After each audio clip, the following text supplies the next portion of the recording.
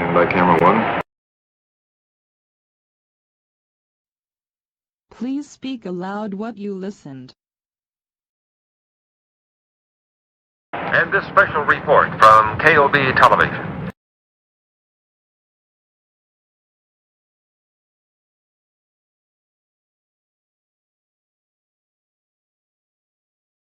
The National Aeronautics and Space Agency quotes officials as saying,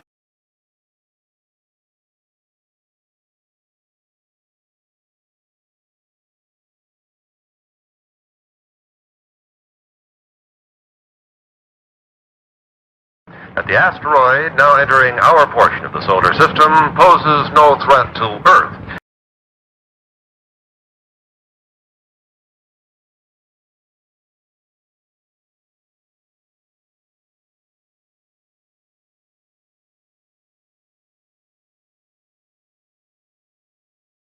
Meanwhile, NASA's viewpoint is substantiated by observatories as far away as Siberia and Peking.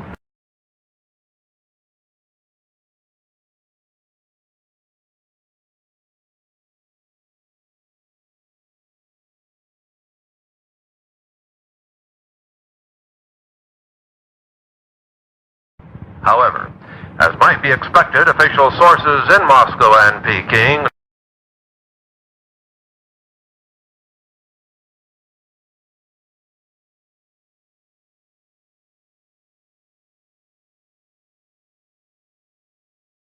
do have a difference of opinion as to the size and mass of the space intruder.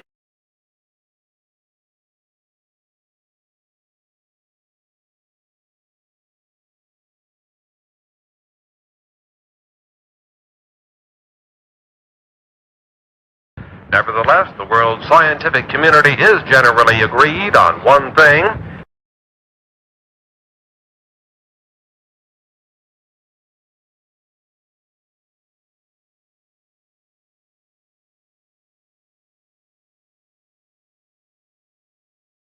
The asteroid is on a collision course with the Moon.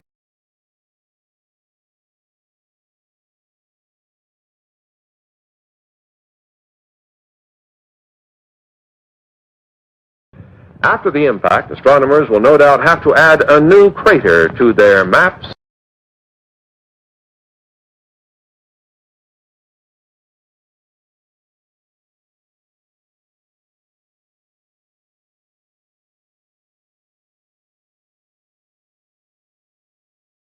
Of our already pockmarked Moon.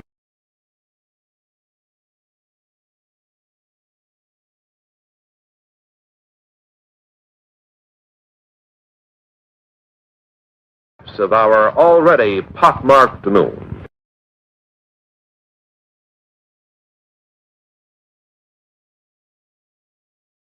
In any event, we will interrupt our regular programs to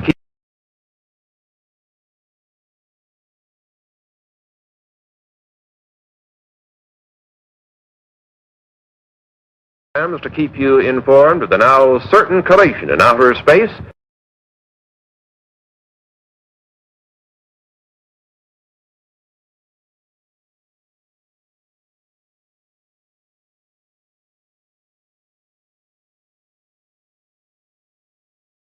and to bring you any further bulletins from leading observatories or from NASA.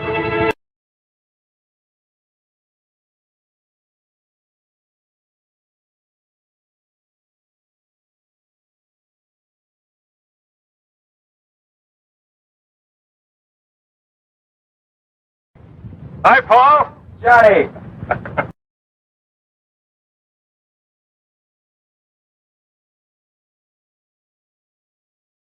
Johnny Longbow.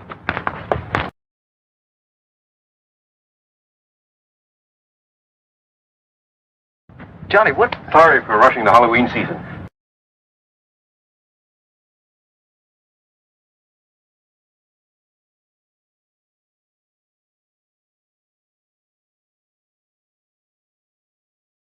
It was too good to resist. What?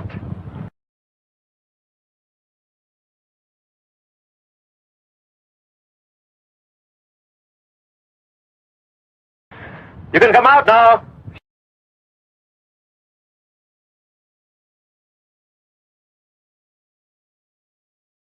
Show's over.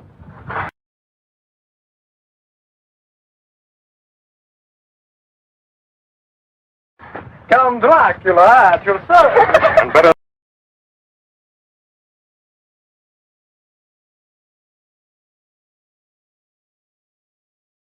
And better known on campus as Bud Keeler and Janet Price.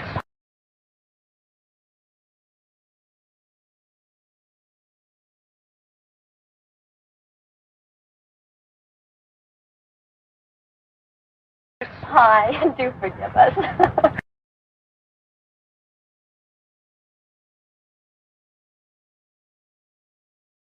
These, I'm afraid, are two of my students at the university.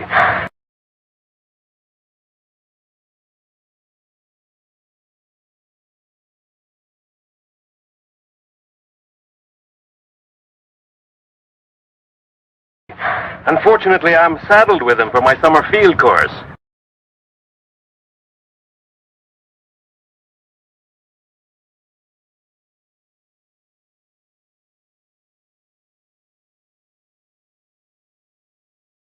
Just as you were saddled with me.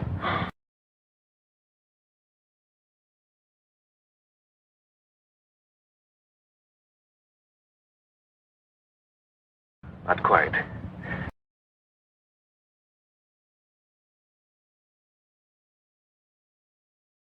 You decided to switch from anthropology to mineralogy at the graduate level.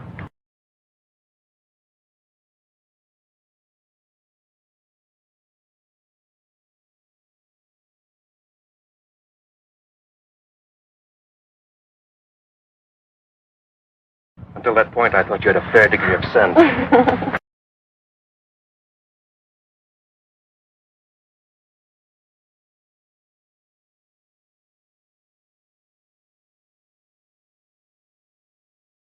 Was it you that made that god-awful sound?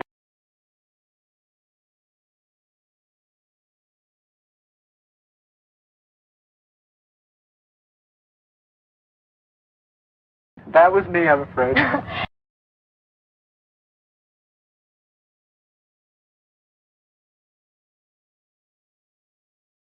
He also does bird calls, but don't get him started. Yeah.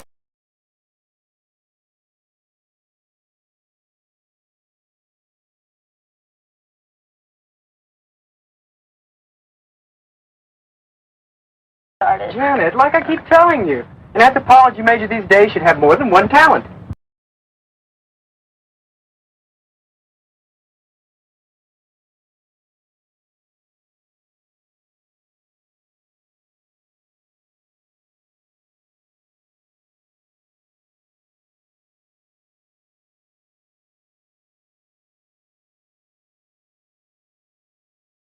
Janet, like I keep telling you, an anthropology major these days should have more than one talent.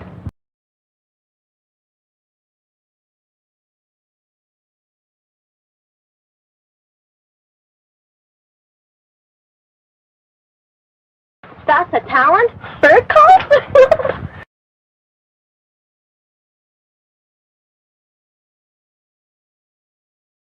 I'm Kathy Nolan.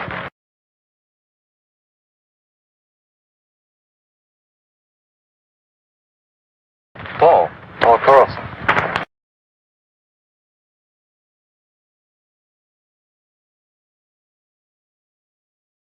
Don't tell me you're a student.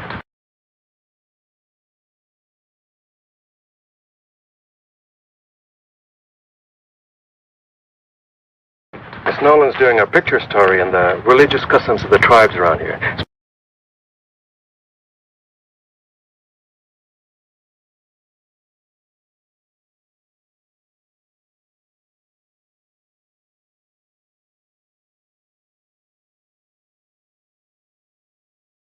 Especially my own people. That's why Bud happened to have a ceremonial mask.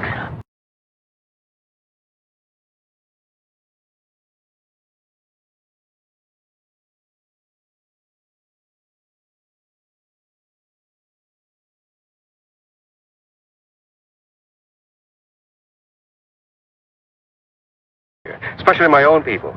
That's why Bud happened to have a ceremonial mask.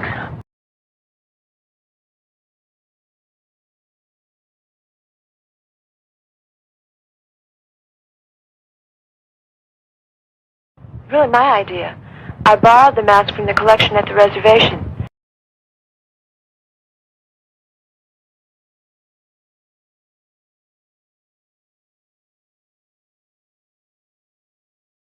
Really my idea. I borrowed the mask from the collection at the reservation.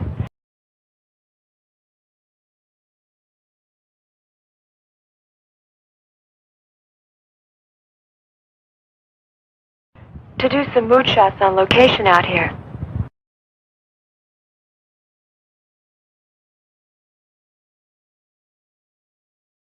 But when we were heading back and I saw you,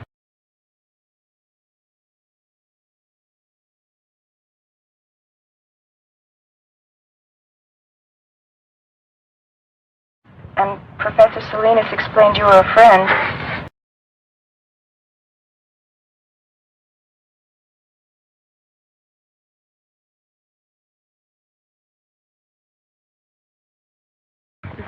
well, I'm afraid the bright idea of using it for a practical joke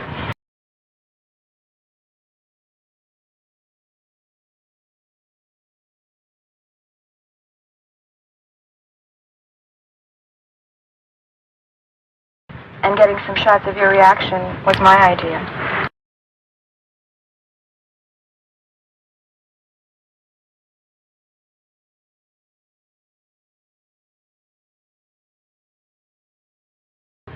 Thanks, I'm glad to know.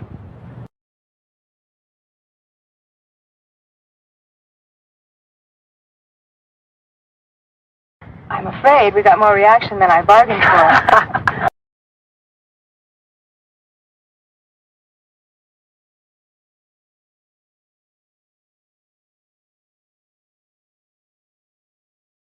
I won't use the shot. That's a promise.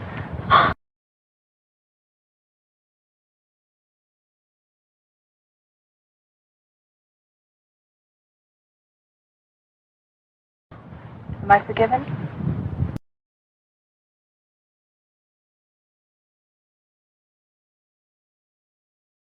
Of course, Miss Nolan.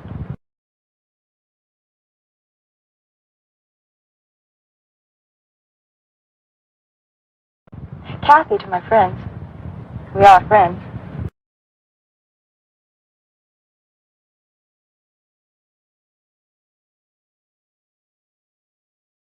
We are, Kathy.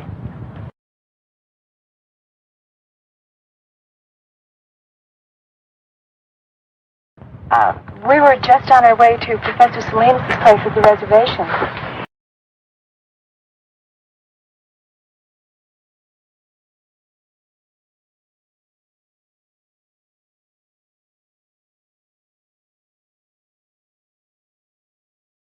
He's promised us an authentic Indian supper.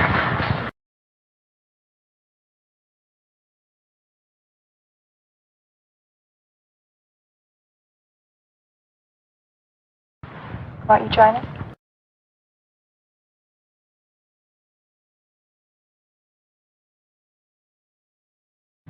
I'd like to, if it's all right with Johnny Longbow.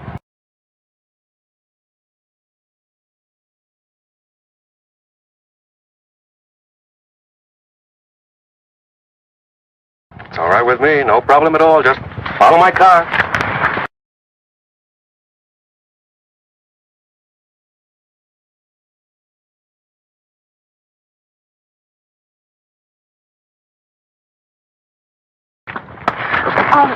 Why do you call him Johnny Longbow?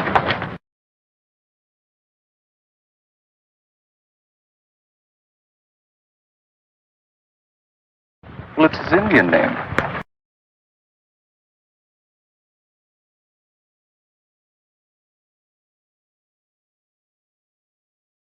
His tribal one.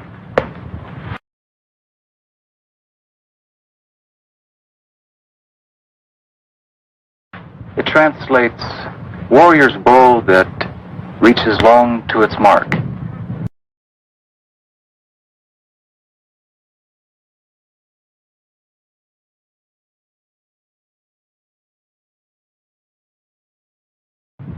Actually, he handles a bow like one of his ancestors.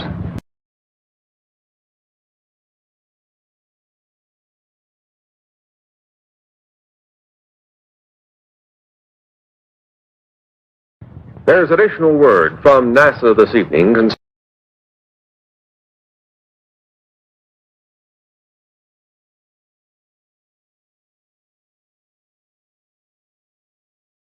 concerning the asteroid that collided with the moon 2 days ago.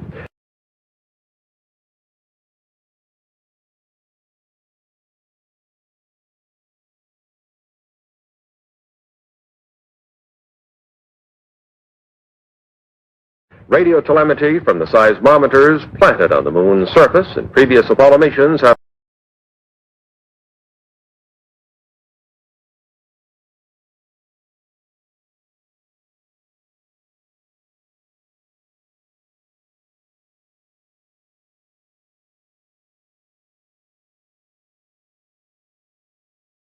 have recorded the shock of the impact as beyond the end of the Richter scale.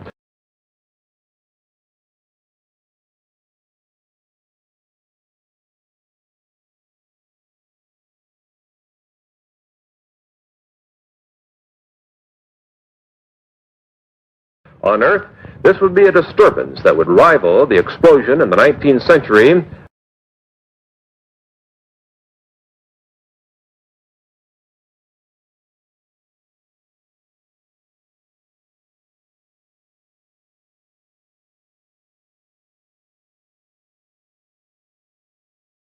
of the volcanic island of Krakatoa.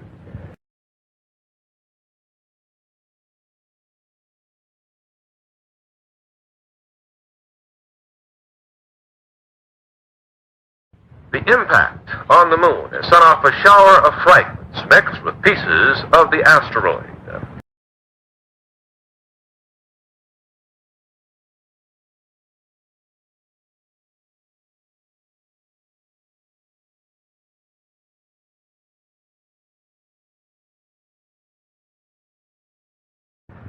Some of these small fragments will enter Earth's atmosphere tonight.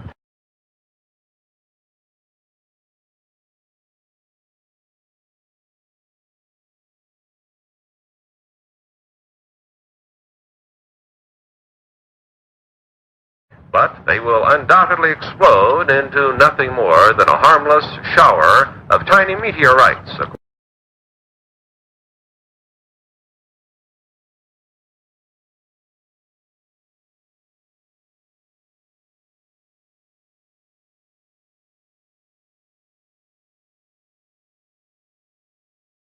According to NASA officials.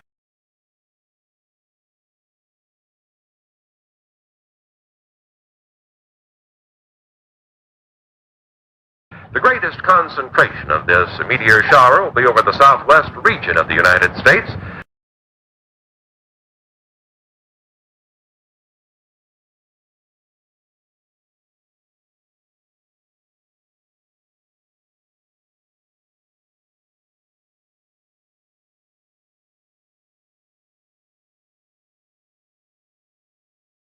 This meteor shower will be, however, quite harmless, according to the statement from NASA.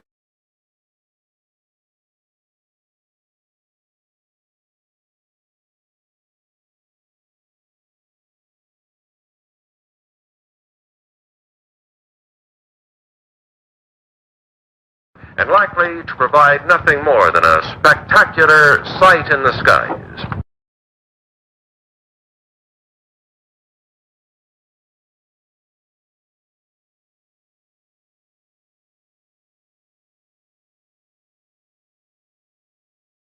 And that's the story of the awesome collision on the moon today.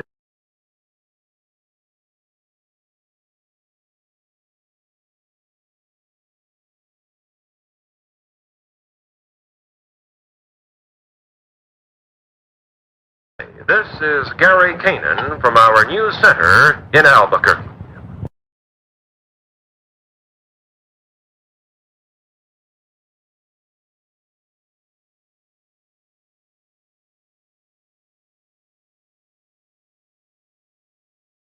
This is Gary Kanan from our news center in Albuquerque.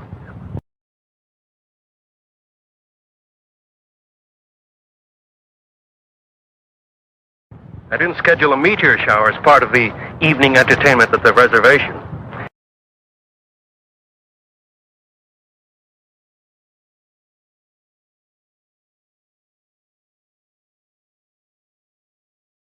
It should be quite a sight.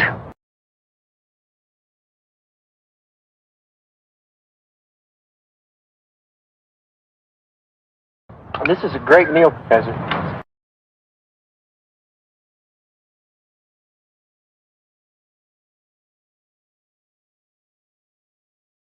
That's a great stew.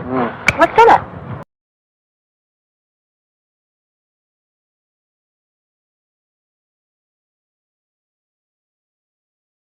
Oh, a lot of things. Chicken, corn, green peppers.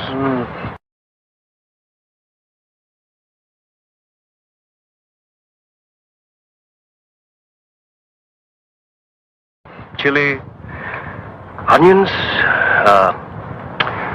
Well, it's an old recipe around here.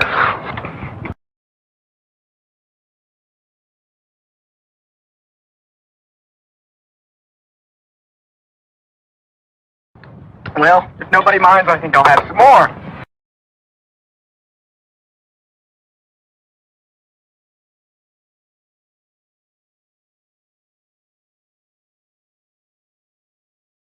All for the cause of research, naturally.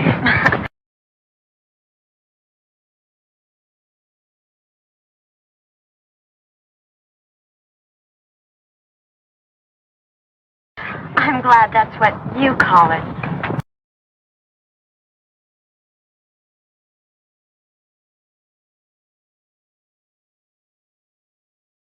You know, I'd like to get some night shots of this area.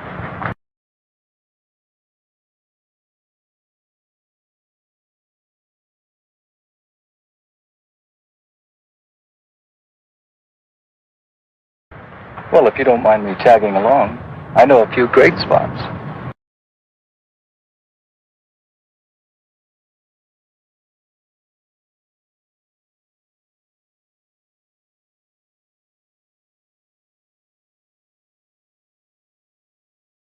But they're pretty far away.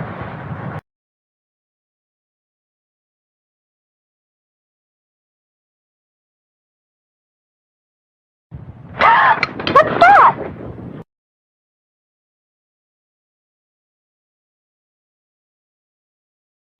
That is a lizard.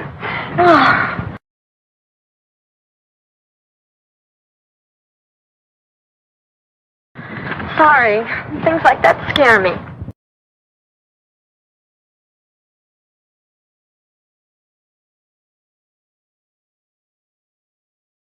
You get used to lizards here. They're quite common.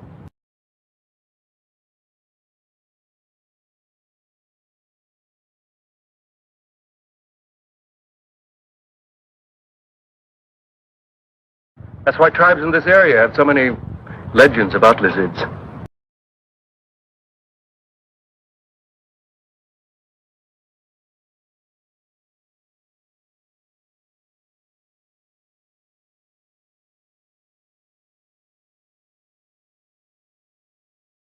That's why tribes in this area have so many legends about lizards.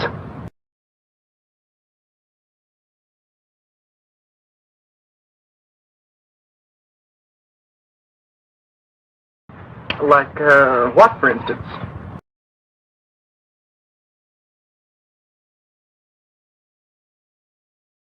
Such as the story of Lizard and Coyote, for instance.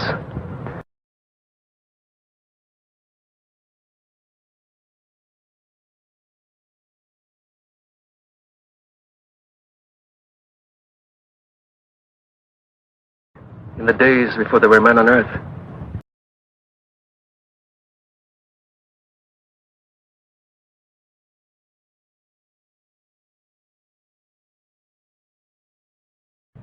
Sounds like it's going to be the Navajo version of Genesis.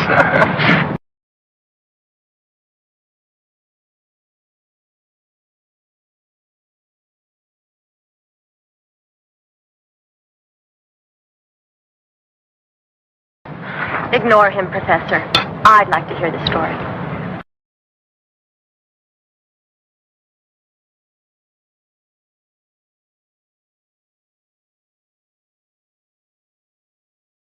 It'll have no effect on your grades.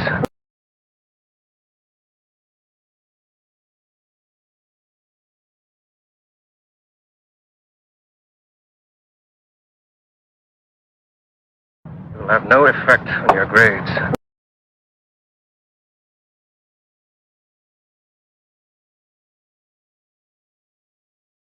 I don't expect it to. I just like to hear it.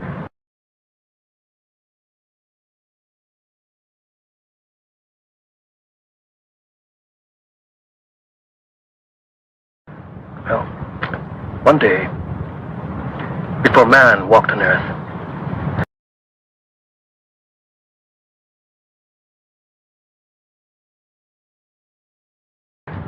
Lizard and Coyote were having an argument about what shape man would take.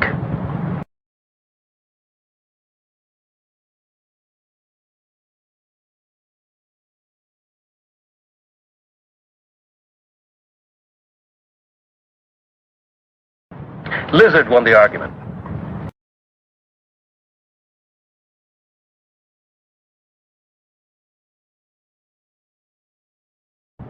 They finally agreed that man's hands would be shaped like lizards.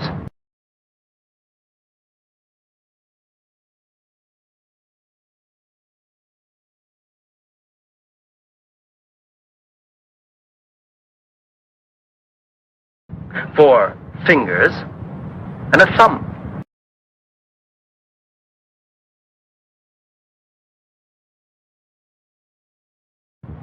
Hey, that's right.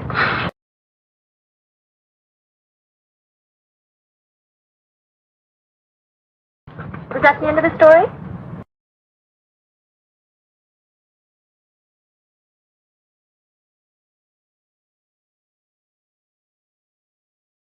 Not quite.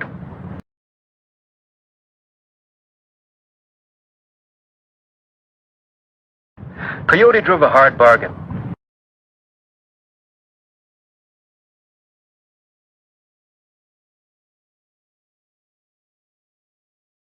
He agreed that man's hands would be shaped like lizards rather than his paws.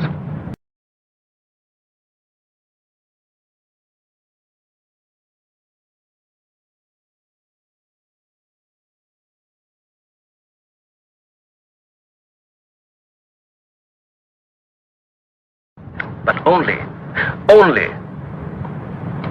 if man would be mortal.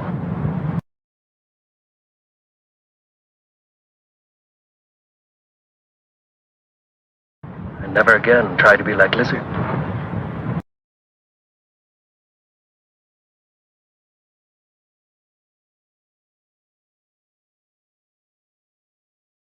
You see quite a distance up here.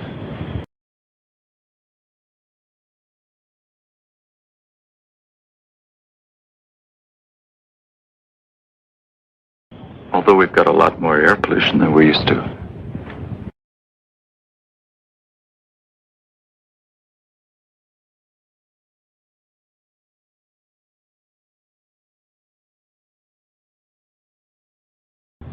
That's Albuquerque over there.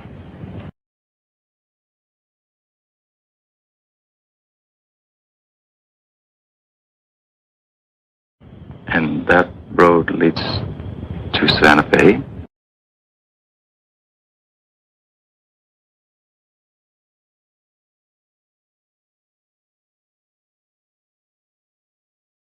And that road leads to Santa Fe.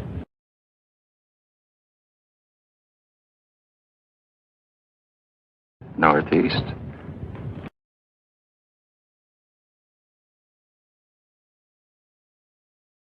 And the river's over there.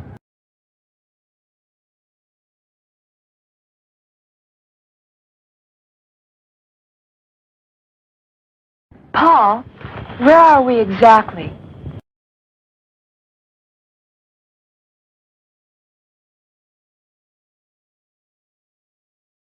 I'm sorry. We're on the top of Sandia Crest.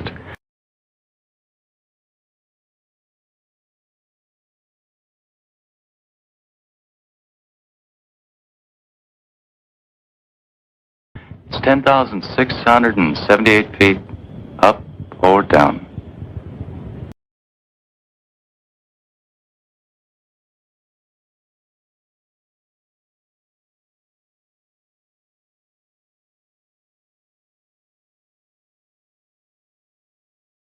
It's 10,678 feet up or down.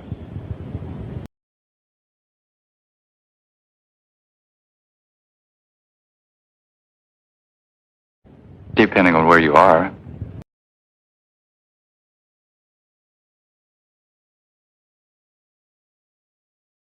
And your point of view.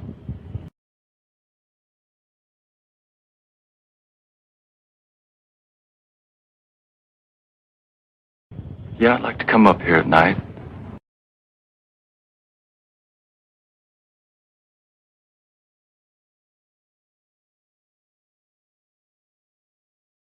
It's one of my favorite places on Earth.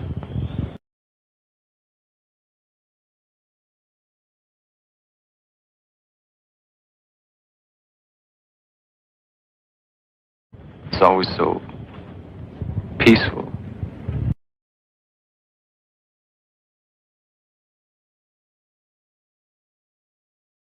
So quiet.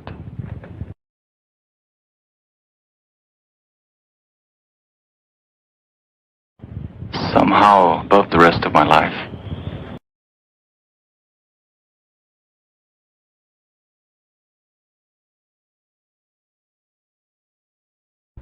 Right on schedule.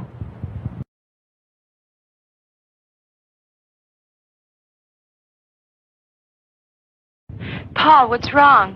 What is it?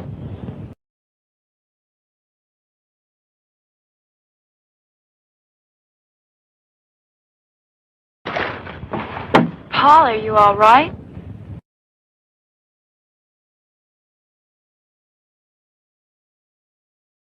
What happened?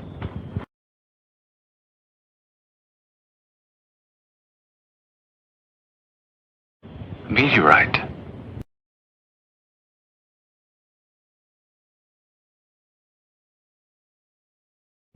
A lunar meteorite.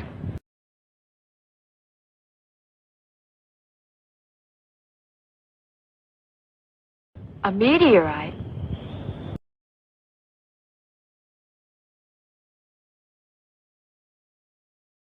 We heard about it earlier on TV.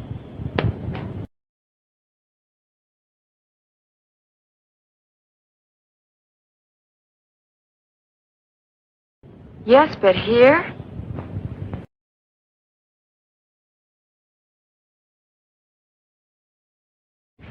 Oh, we're right in the area where they're due to fall.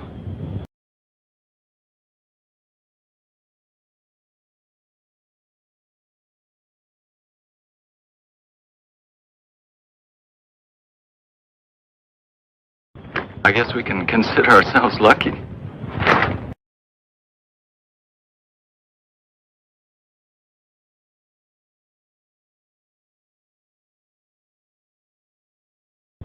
What's the matter? You've got a scratch or something on your forehead.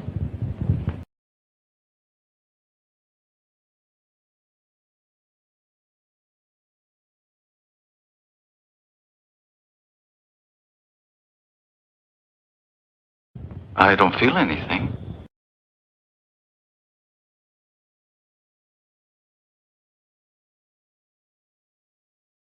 Oh, no, don't touch it. Let me do that.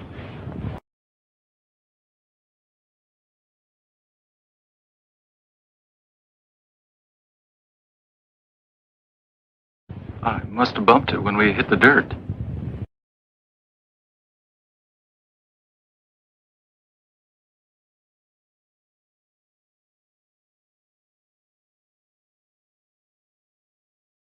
Let me clean it up anyway.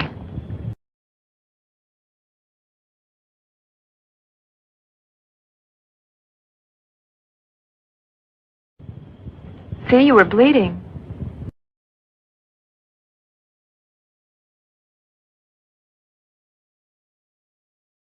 That's nothing.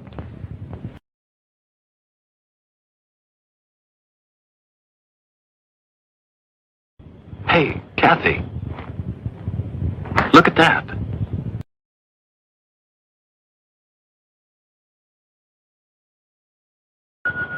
That'll make a great souvenir.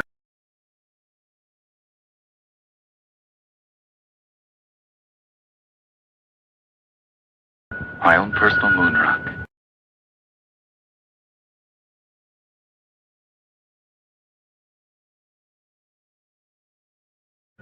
Moon rock? Oh, wow.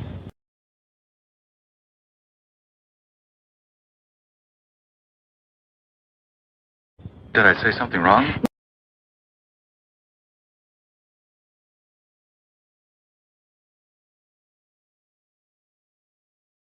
No, but you just reminded me. I'm supposed to go into town tomorrow.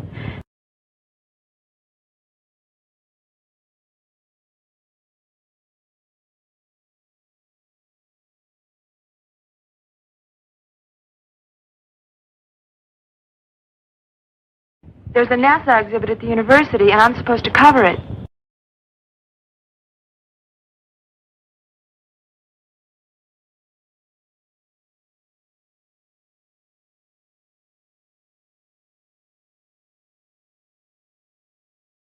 That's a great idea.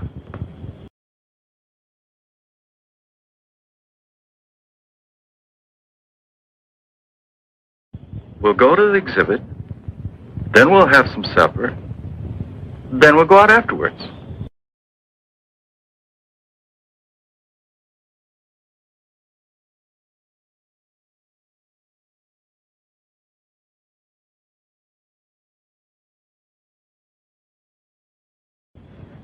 Just in case the moon rock hasn't cooled off.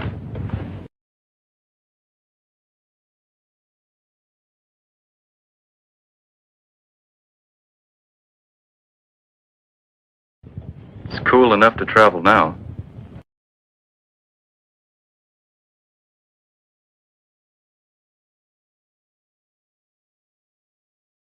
Have you got a first aid kit in that bag?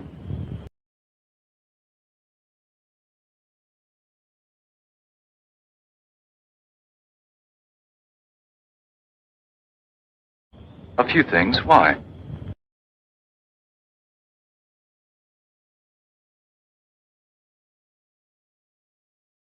I'm still worried about that cut on your head.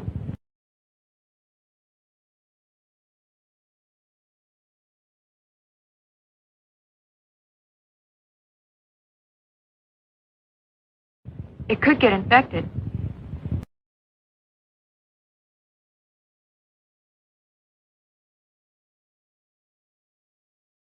Look, I don't live far from here.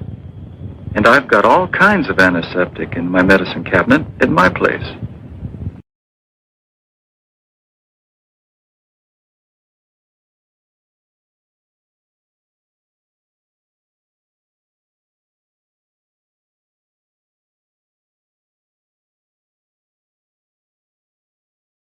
Your place?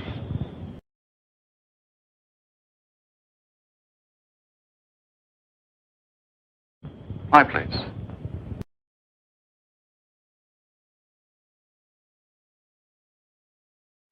Fine.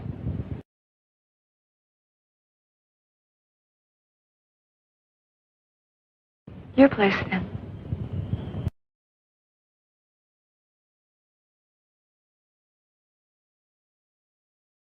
I gather nobody's home. My mother's in Europe. She travels a lot.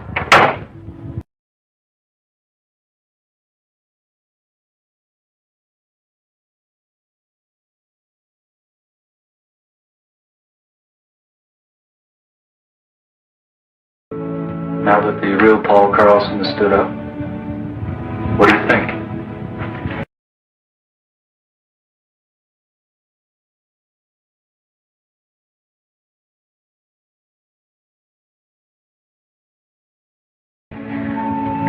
I think you've spent a lot of your life being lonely.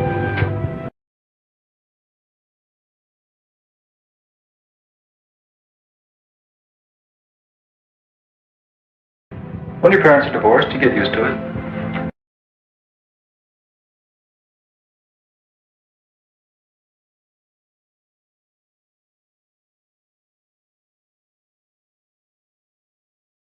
I'd like you to meet a friend of mine.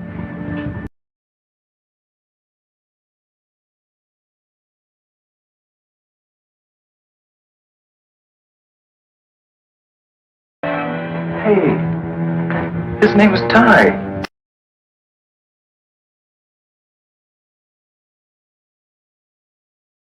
Ty.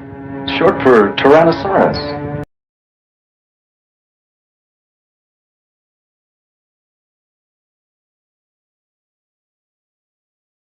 Sounds like something in a museum.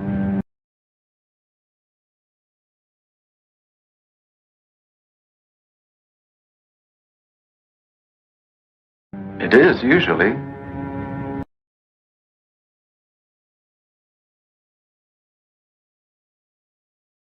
Ty looks a lot like a dinosaur. Or like the dragon the Indians call Avenue.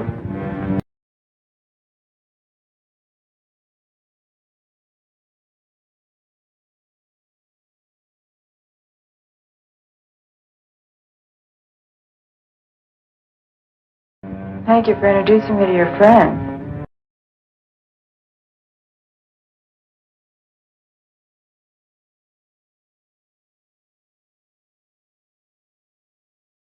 Well, I hope he didn't frighten you.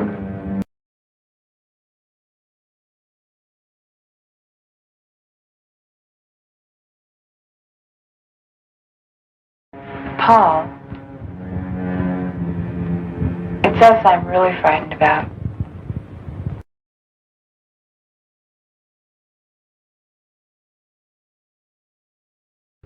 Kathy.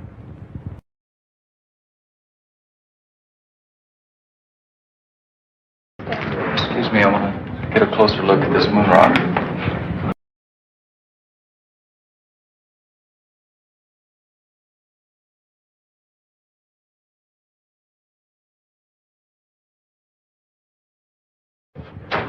Paul!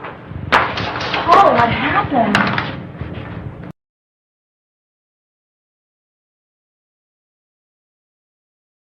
I guess I blacked out.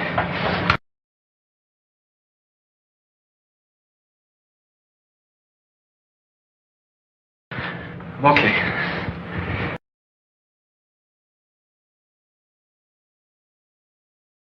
Are you sure?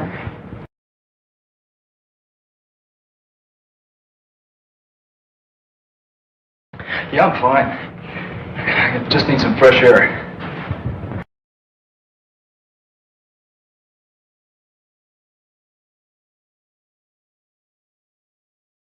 My voice been getting froggy.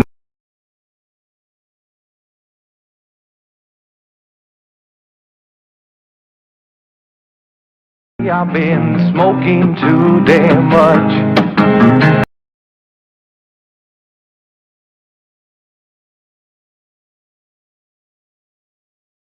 Singing songs to the sun that's rising, rhyming words I cannot touch.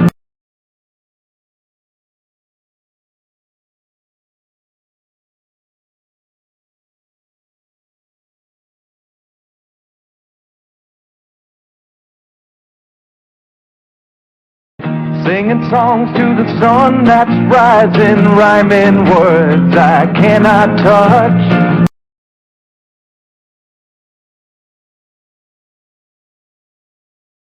Oh, I've been wandering in circles,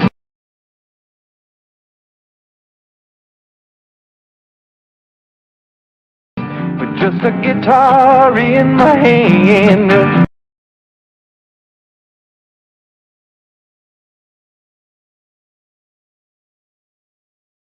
Playing one too many barrooms and drinking more than I can stand.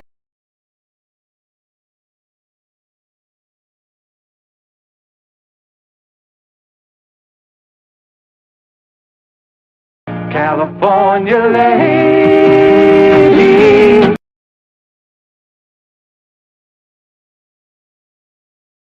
won't you bring your love to me?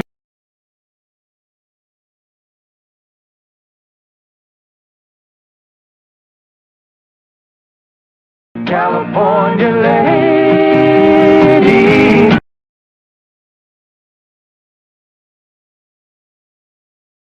she's the one I wanna see. my California lady.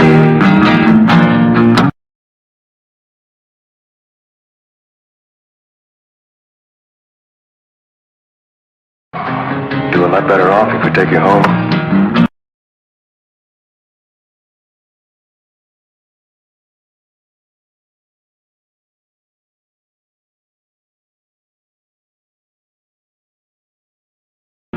Like now.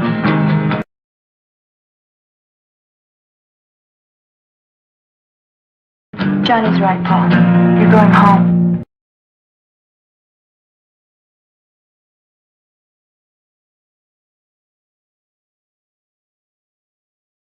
I'm hung out in Chicago with a California mind.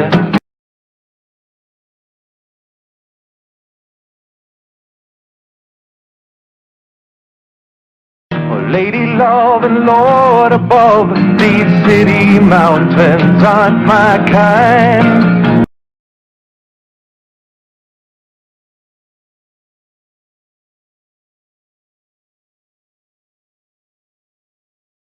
Oh, I've been wandering in circles with just a guitar in my hand.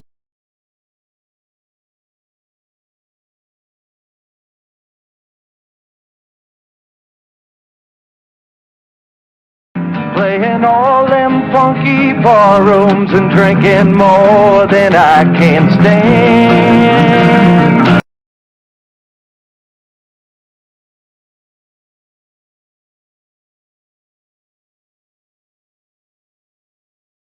California lady,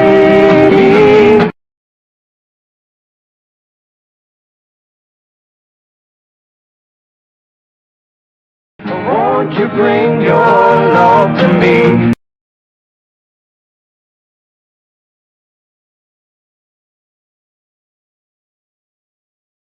California lady,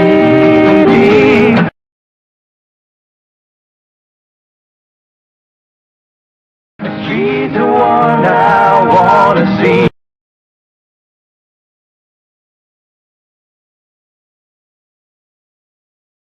My California lady,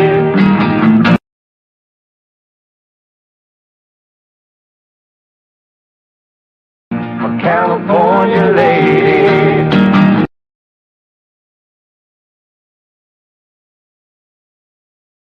my California lady.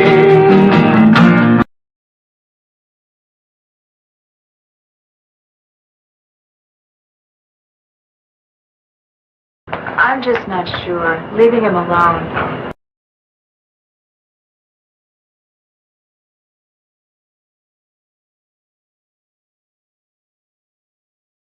It's the best way. Paul's still learning a lot of things.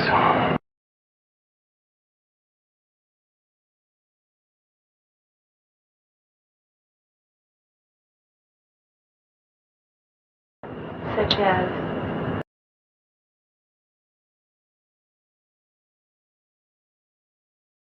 Such as how to accept help from other people.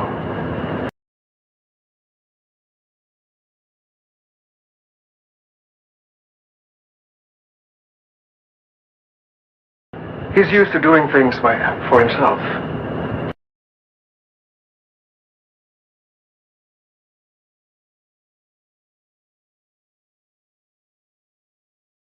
He's been a loner a long time.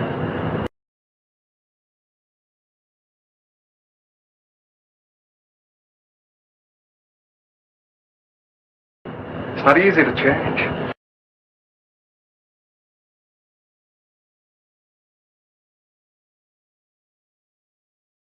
Even so... Tell you what.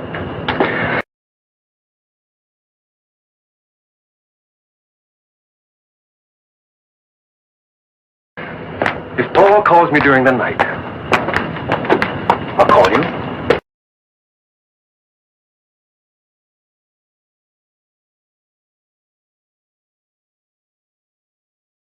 Come pick you up.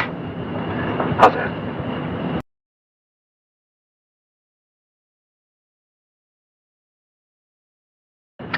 I'll buy that.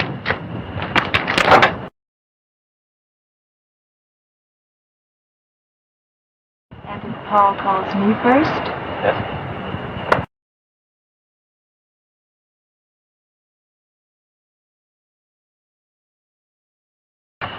Oh, no.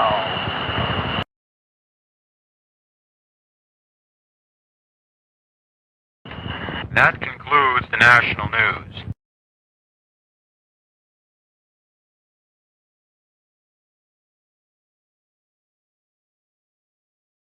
Now turning to the news of the local Albuquerque area.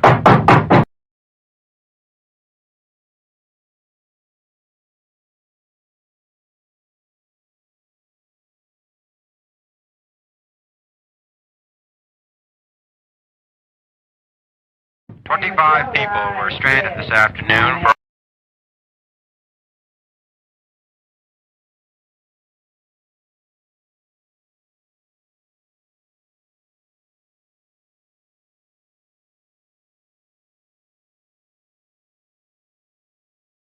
for over 4 hours on the Sandia cable lift.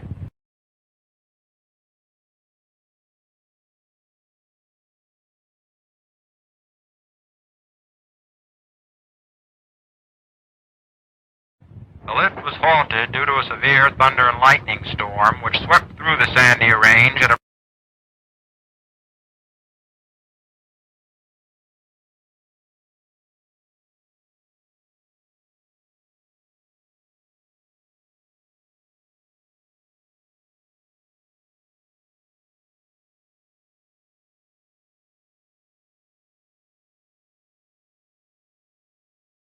The lift was halted due to a severe thunder and lightning storm which swept through the Sandia Range at a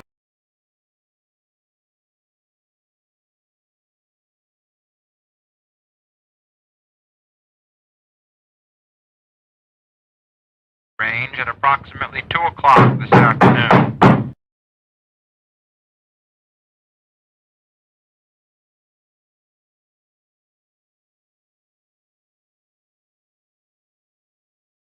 Range at approximately 2 o'clock this afternoon.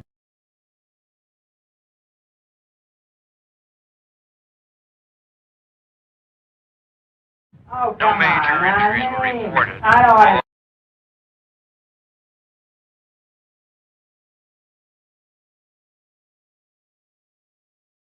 Although 7 people did request hospitalization.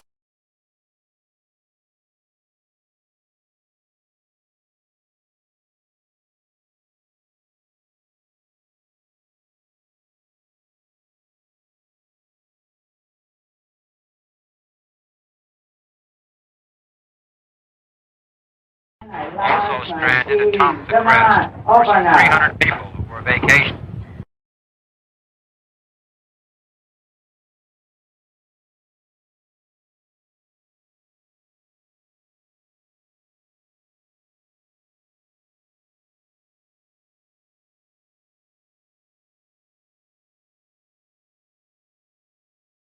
Also stranded atop the crest were some 300 people who were vacationing.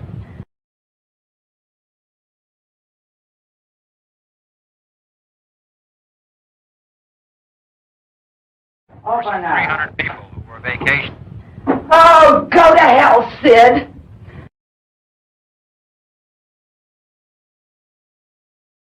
Some 300 people who were vacationing. Oh, go to hell, Sid!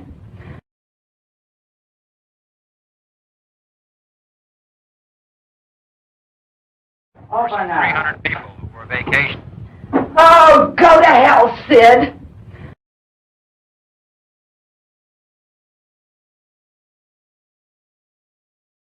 I told you what was going to happen when you came home again from that bowling alley.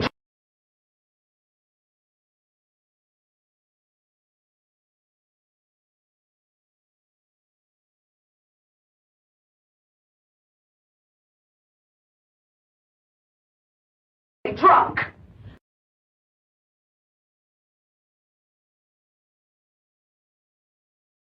I'm going to bed. And you can just sleep it off.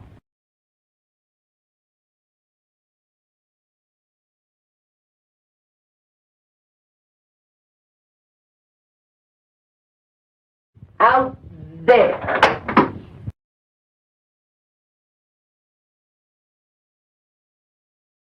Go to hell.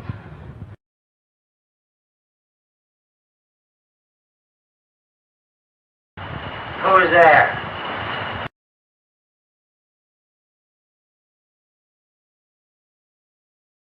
Thanks, Kramer, for bringing the professor.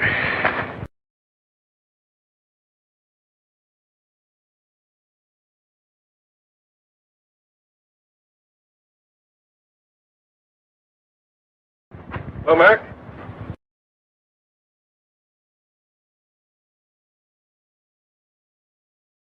What happened here?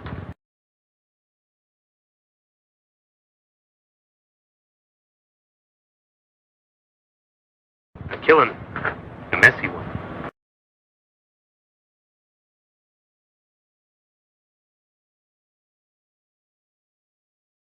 The medical examiner's report being phoned in?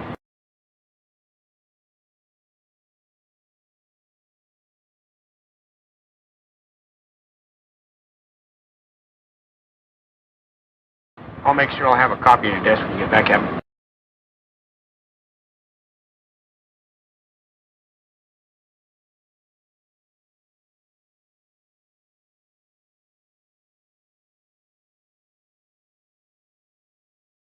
Good.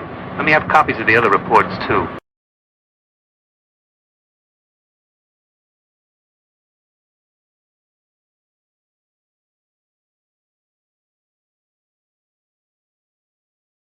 All of them. Yes, sir.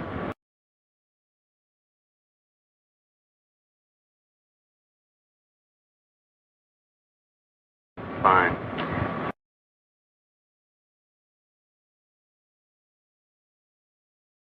Check in the house and see if you can lend a hand.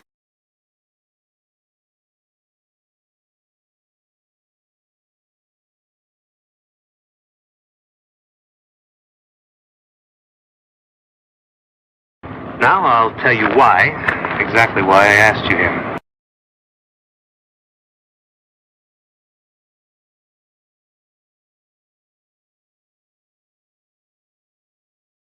I was wondering.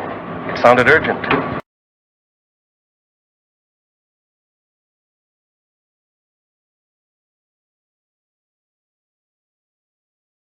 It's because I need an opinion from you. My field isn't medicine. You know that, Mac.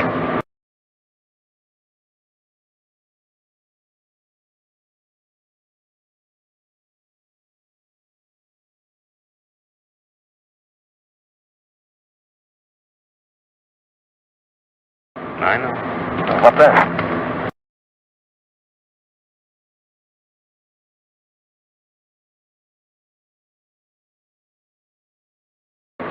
One problem with being a cop is that eventually you think you've seen everything.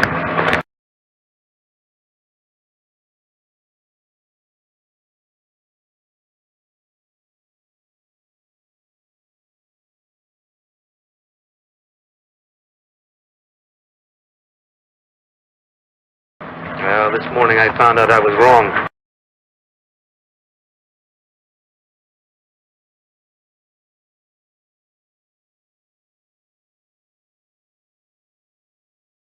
This is different.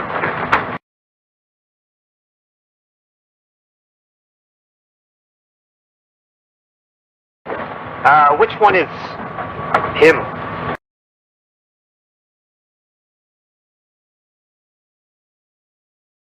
The woman had a weak heart, and what she saw when she opened the door apparently finished her.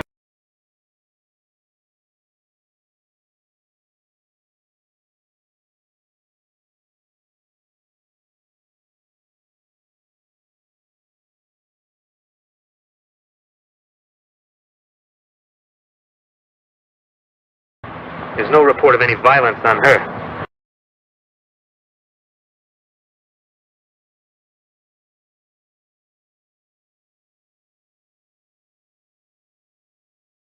But take a look at the man.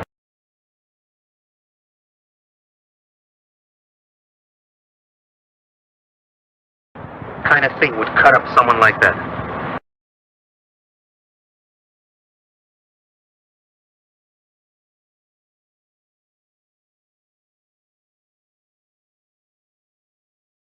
Could have been a mountain lion, Mac.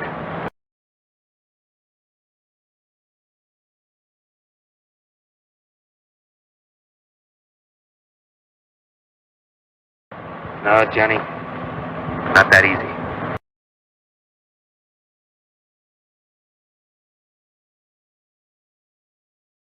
I want to show you something one of my men found at the back of the house.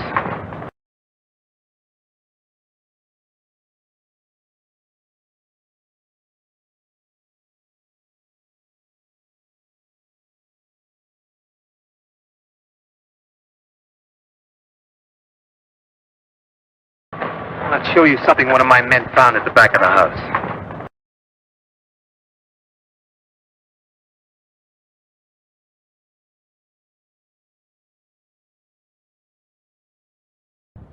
Whatever.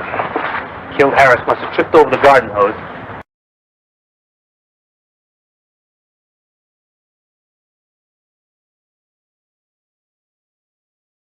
And grabbed at the side of the house for support.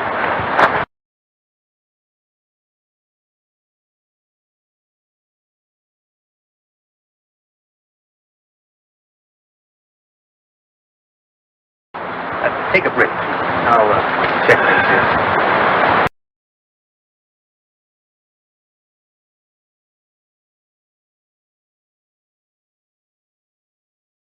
You're right. That wasn't made by a mountain lion.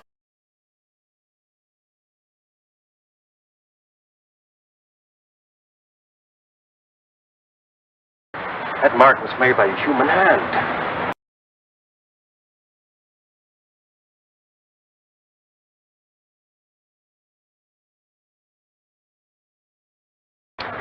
Well, I would agree with you except for one thing.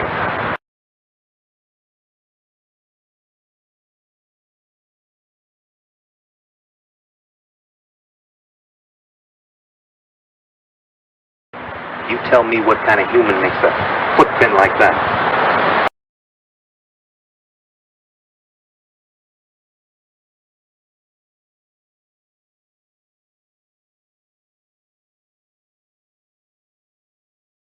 Now you get the picture, Johnny?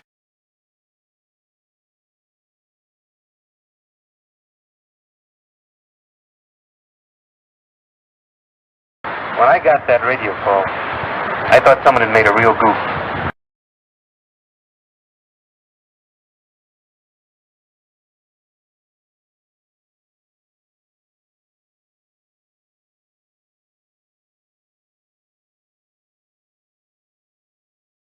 When I got that radio call, I thought someone had made a real goof.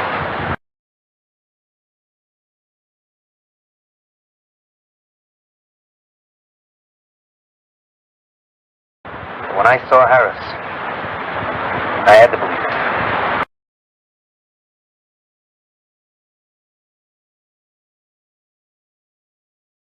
Harris was killed by some kind of thing that was nearly 7 feet tall.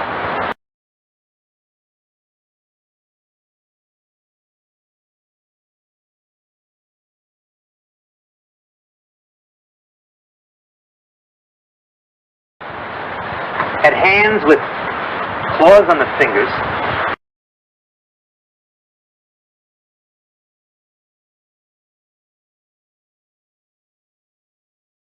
And walked on feet like I've never seen before.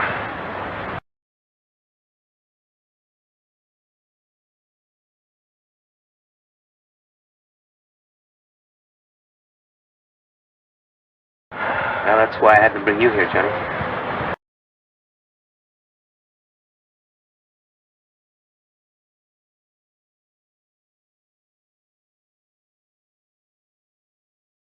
Now, you're right, this is not some kind of medical problem.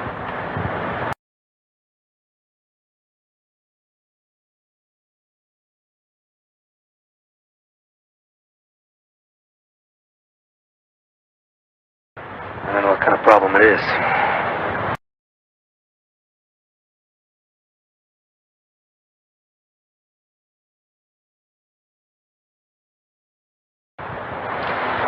You're an anthropologist, Johnny.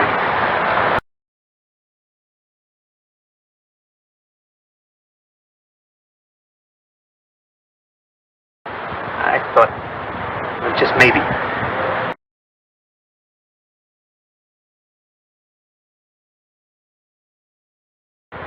You might be able to help us with this.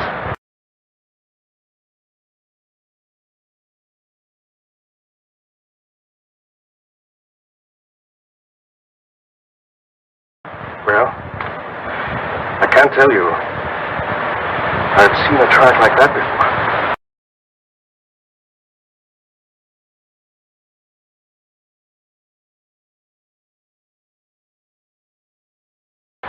Where?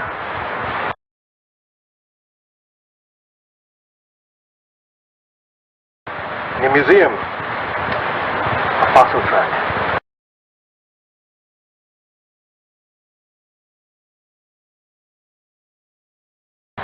Several million years old.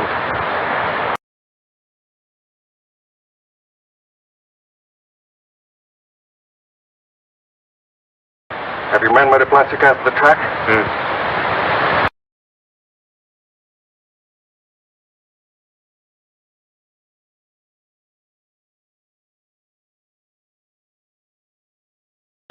We might get a better answer from the paleontology department at the university.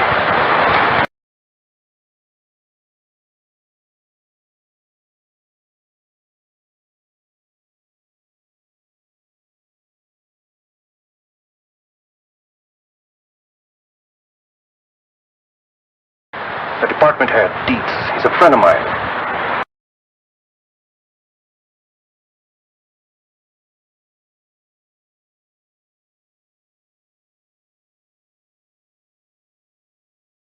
Let's go now. The casting should be ready.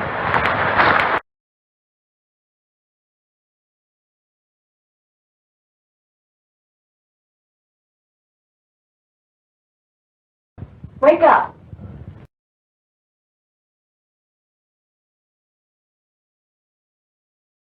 Wake up.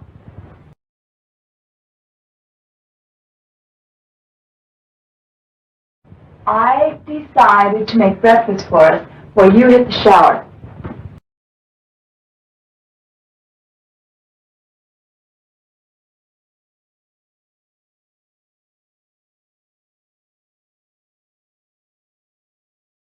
Paul!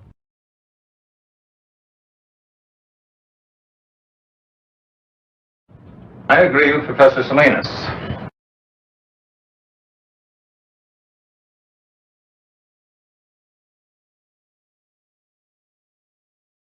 Your casting here is that of the left hind foot.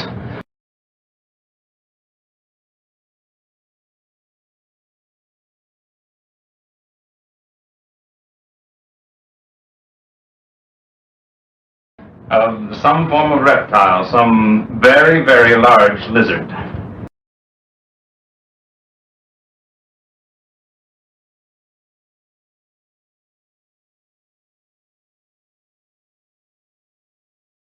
I still can't believe that there are lizards that big in New Mexico.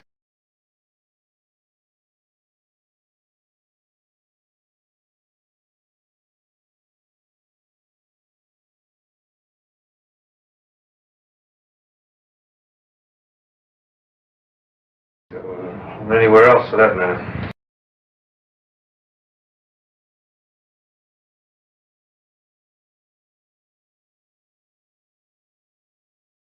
Sorry, Captain McCabe, you're wrong about that.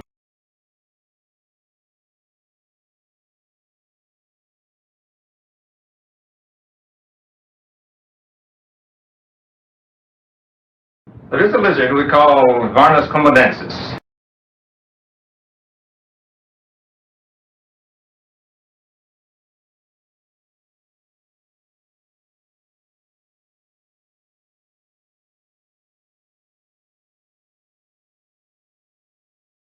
There's some photos of him over in the paleontology lab.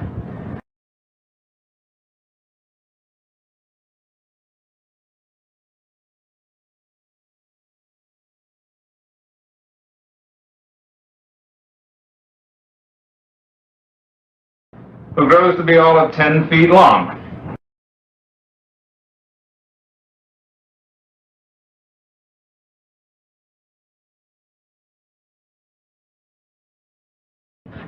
He's quite a fellow.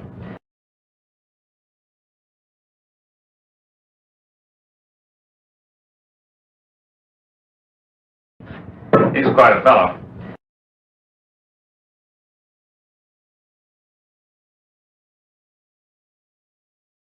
The Indonesians call him the Komodo dragon.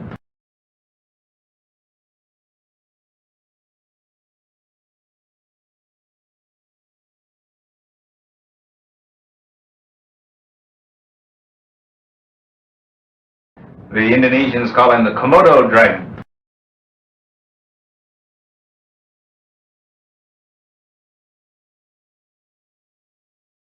Gene, is it possible that one of these lizards is here?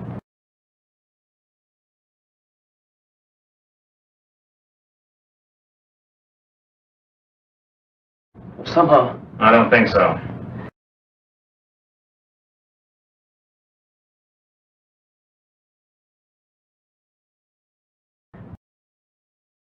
And if there were one somehow on the loose, it wouldn't be what you're looking for.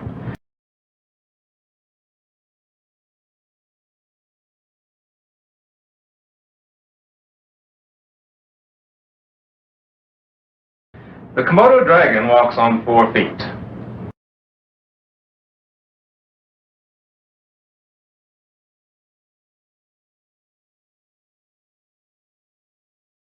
This indicates a lizard that can walk upright.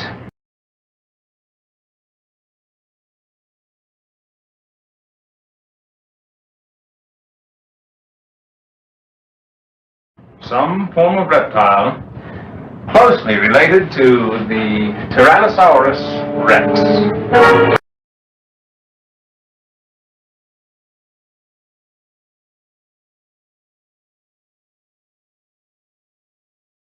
Thanks, Johnny.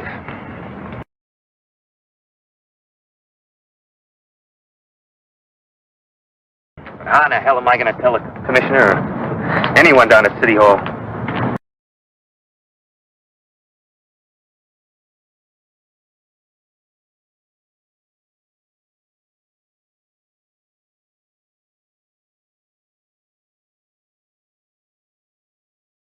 A man was killed on the doorstep of his own home last night by some kind of dinosaur.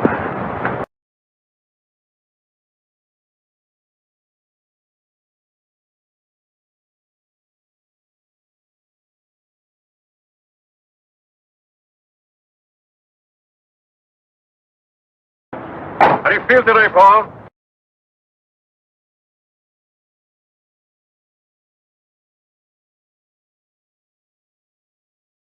Oh, a lot better than yesterday.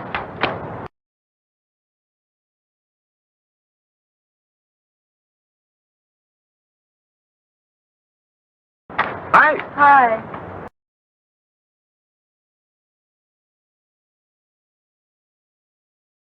Hey, they're pretty good. But you should see Johnny work with the boat.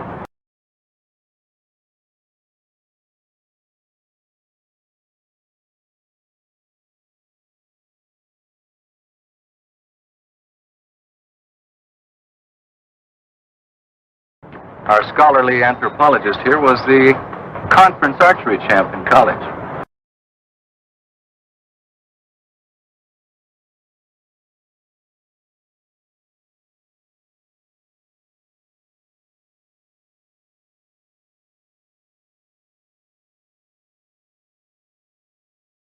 I've seen his trophies.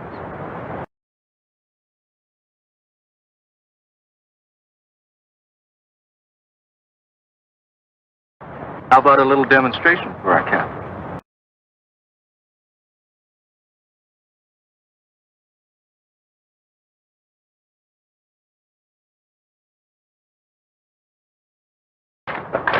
All right. Come on, Johnny Longbow.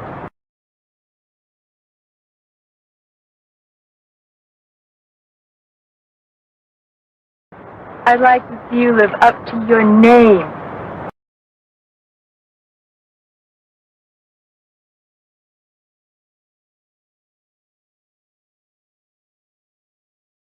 Johnny made everything himself.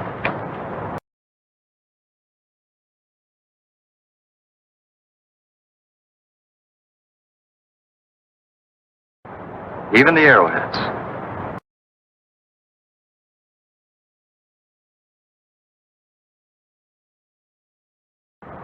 Everything is authentic Indian.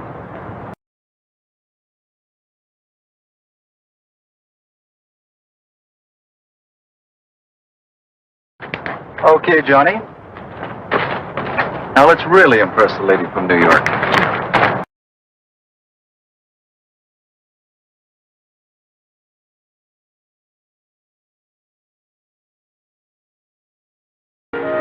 Hold this.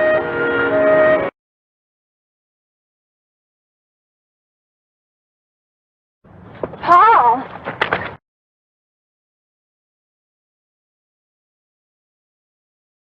I think you overdid it by coming out here today.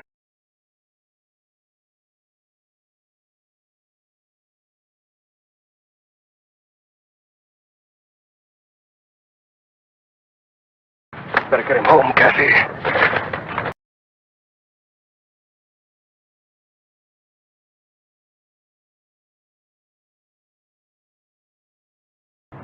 Oh, no. You're not talking me out of it this time.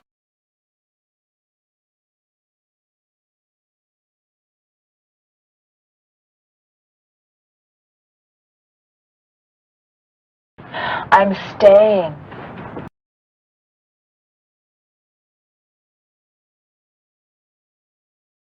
You need looking after.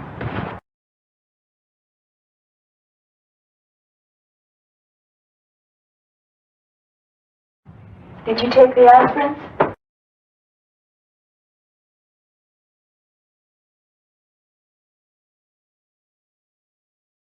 Yes, Master.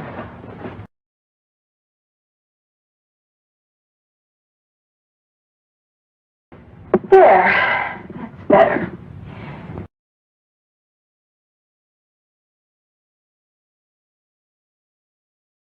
Dark and restful. You should be able to sleep now.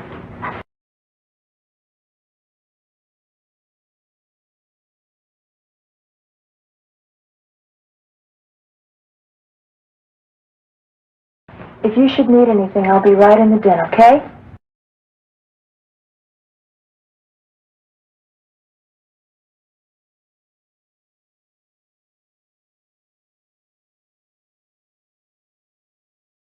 Okay.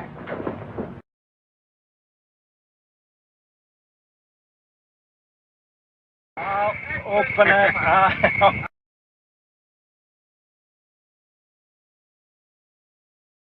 Okay, then. I'll open it. Wait just a minute. I'll open it for two.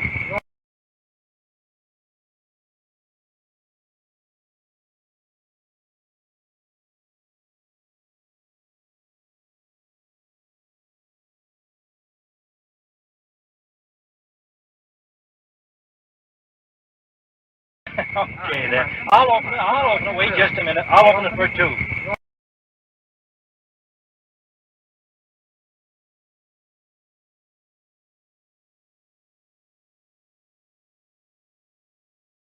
Two. You open it for two. Right. I don't see it. I'm in.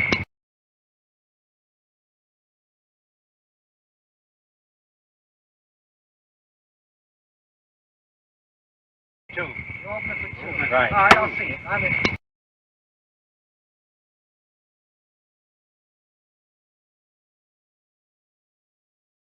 You're in for two. How about you, Earl? Yeah, I'm going to stay.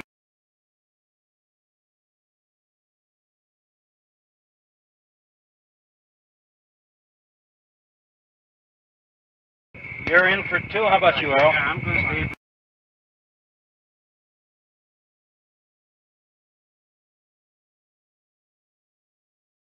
Okay, how many cards? How many cards? I'll take a pair.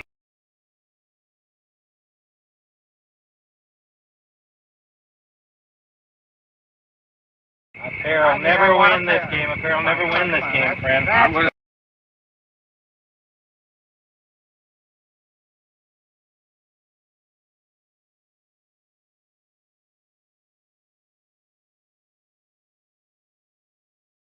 okay. Two for you, and two winning cards for the big winner of the night.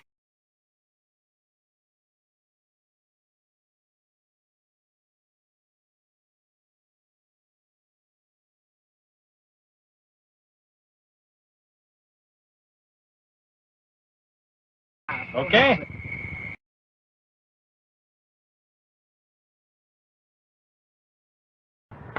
Paul. Paul.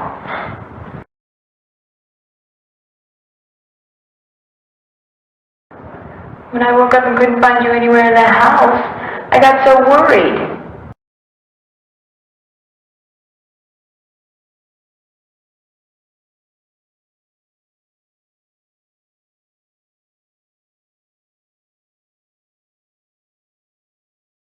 What are you doing out here?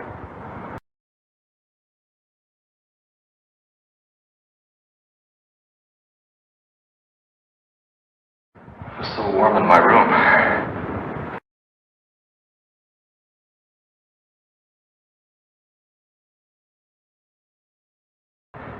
I couldn't get back to sleep.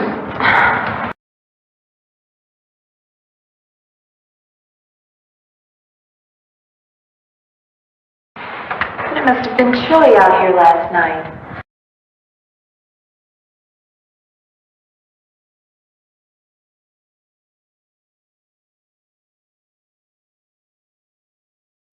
You could have caught cold.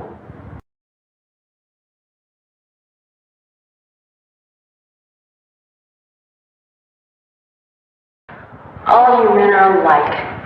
Sometimes you act like such big babies.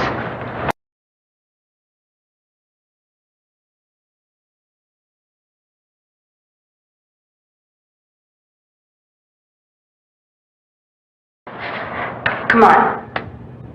I'll make you some breakfast.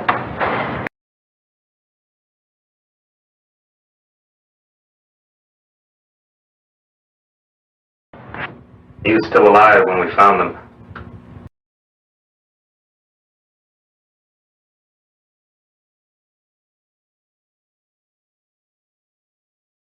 The man was pretty far gone in shock.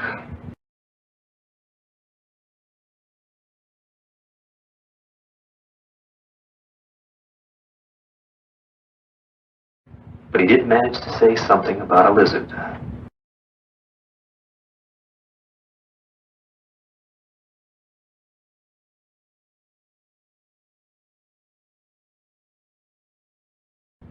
A big lizard.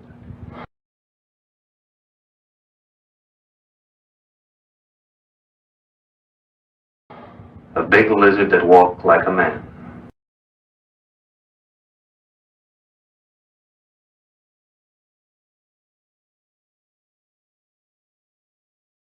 Seems to me I've heard that expression before.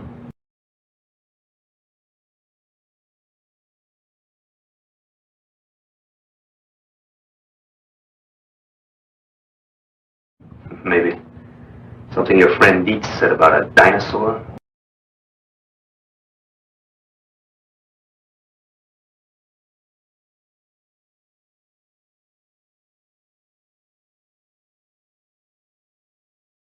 The Tyrannosaurus.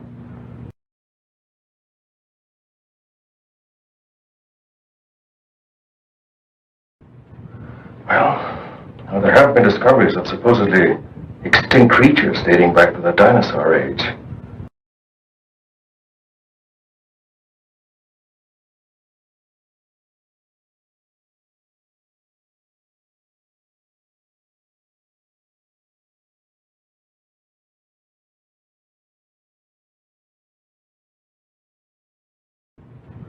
Well, there have been discoveries of supposedly extinct creatures dating back to the dinosaur age.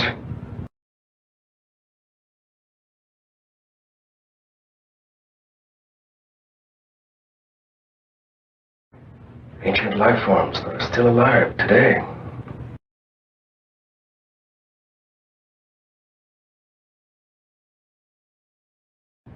Maybe there is a dinosaur still alive.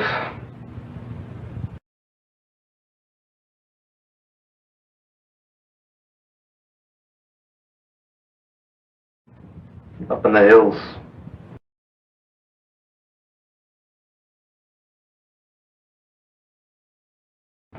Something drove it out of the hills.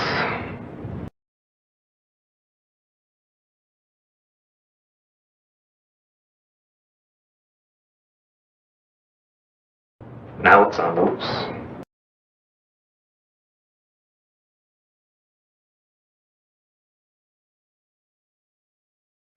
Professor Salinas, those poor men murdered in the hills last night.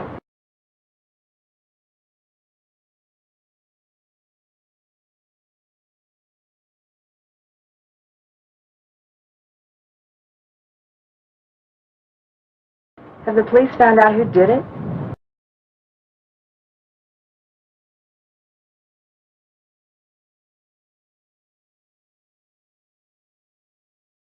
Only some theories. That's all so far.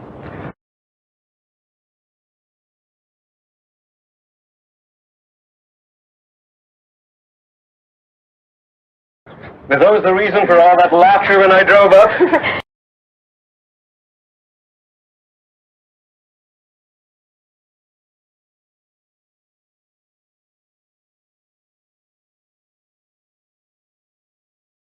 They're the pictures Kathy took at the NASA exhibit.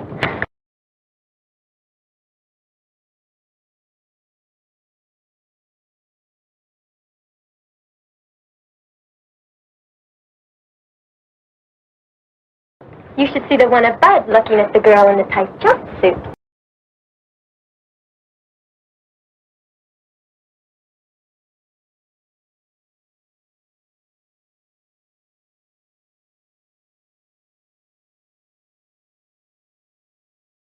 His eyes were popping out.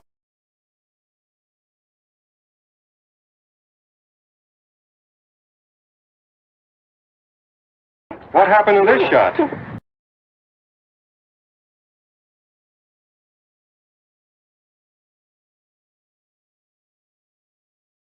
Oh, this one. I don't really know.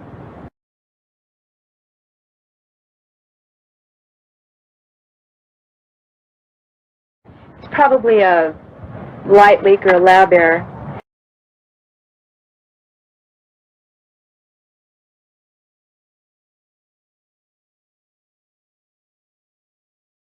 It's on the original transparency, too.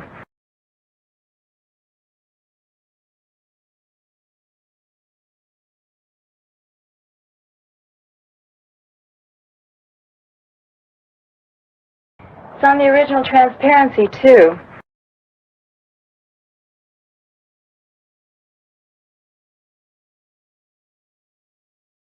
I was going to check with the lab in town later.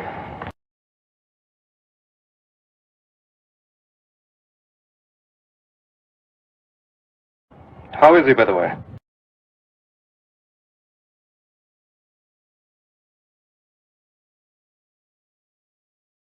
Paul? He seemed a little better when Janet and Bud called for me before.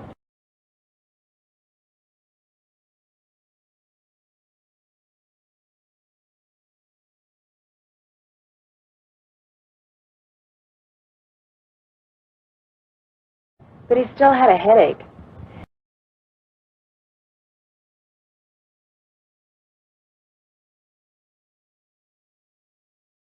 I'm worried about him. Those headaches he's been having.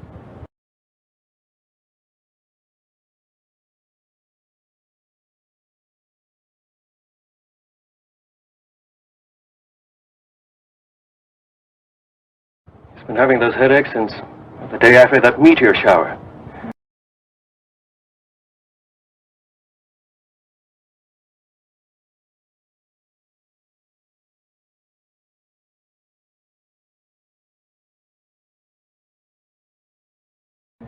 Didn't you tell me he hit his head in the ground that night?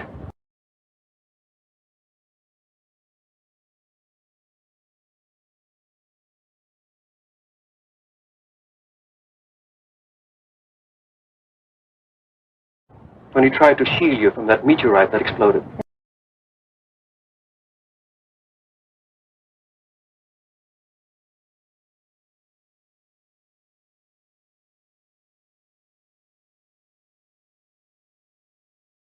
That's right. He got a cut on his head.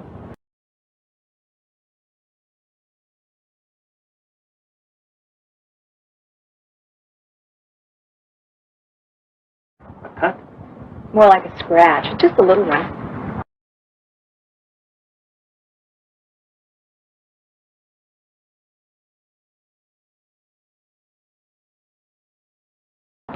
It's possible Paul may have gotten more than a scratch.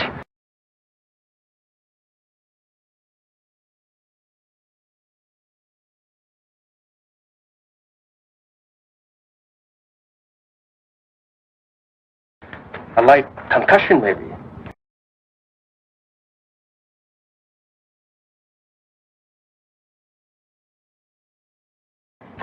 Then you think... Look, don't worry.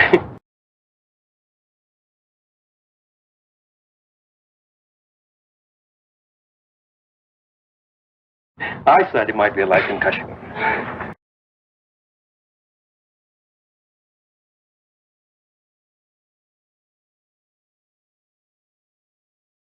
It's nothing really serious.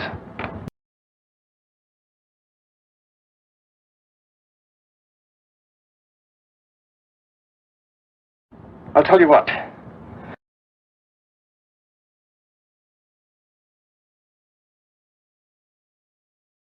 I'll pick up Paul on my way. Take him to a hospital.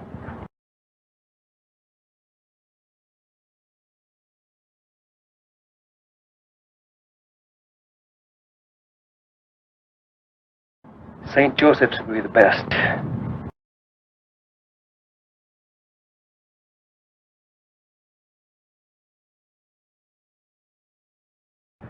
They'll do a cranial X-ray. Check him out.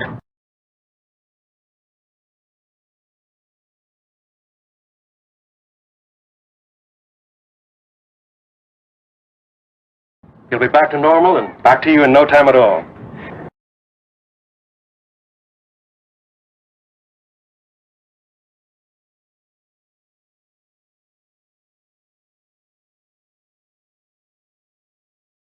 The lab that did this print, it's near the hospital.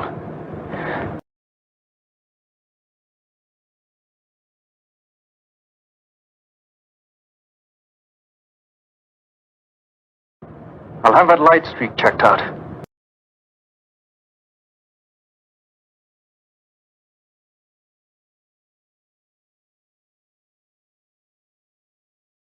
Save your trip?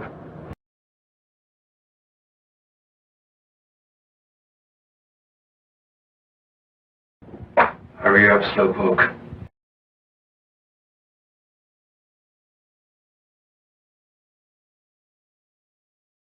I want to get you off my hands.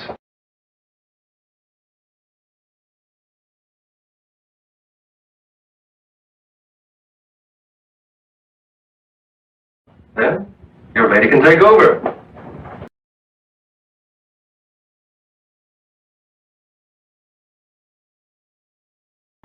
Johnny, you're one hell of a guy.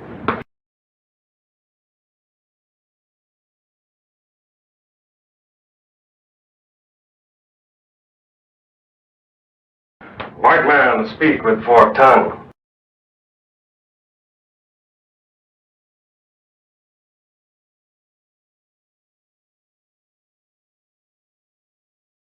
Oh, quick, let me write that down.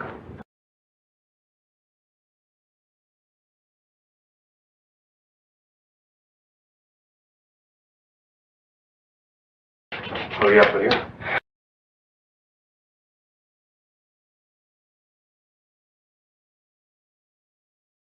I got other things to do.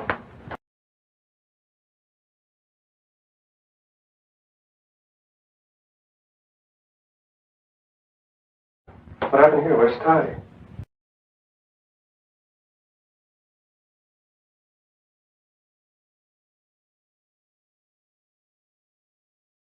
I don't know.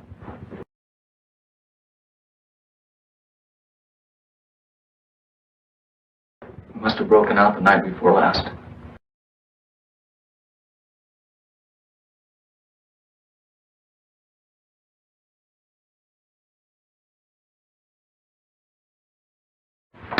Something scared him.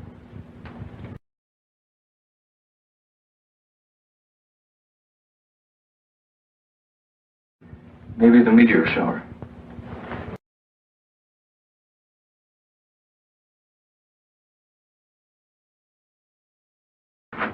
Is this the meteorite you found?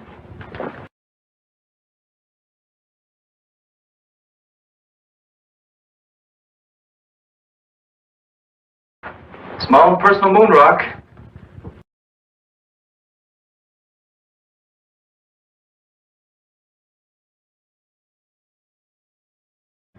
Funny thing, I've looked through every text I have on mineralogy.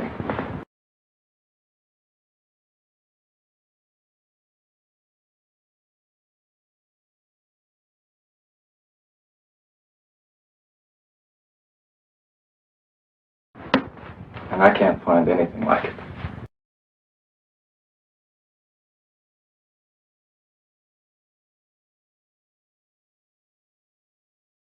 Of course, I haven't run a series of tests on it.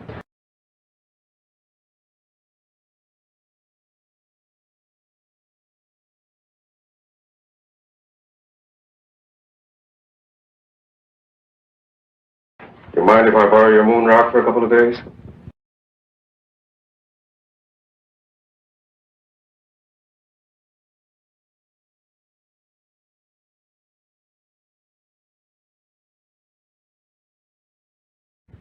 Go ahead.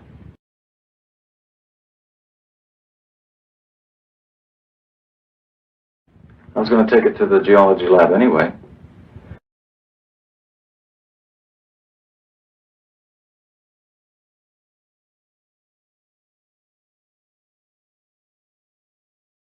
Maybe they can find the answer to it.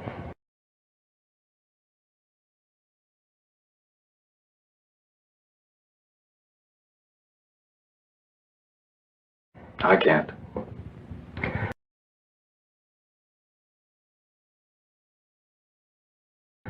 But right now, we're going to take you over to St. Joe's.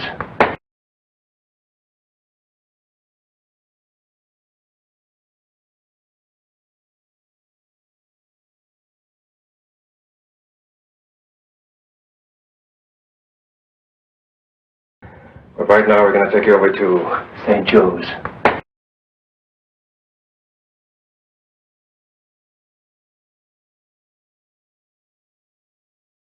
Maybe they can find an answer to what's been bugging you.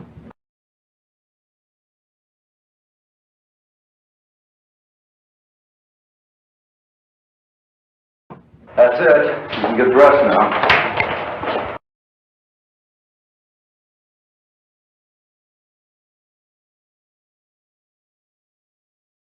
I finished with your friend.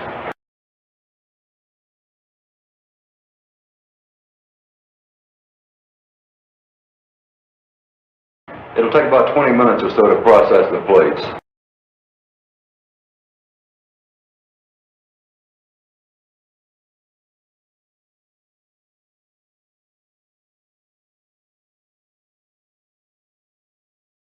Dr. Sutton's expecting you. He left word you to wait in his office.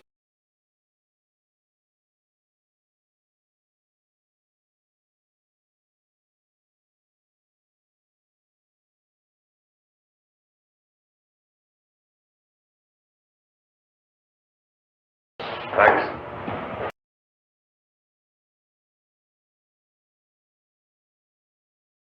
How do you feel?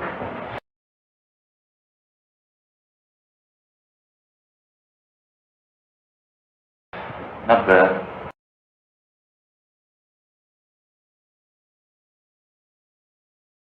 Good. While you're waiting, I might as well do an errand near here.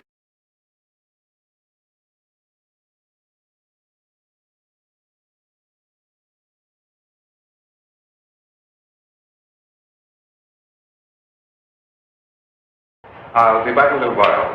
No sweat.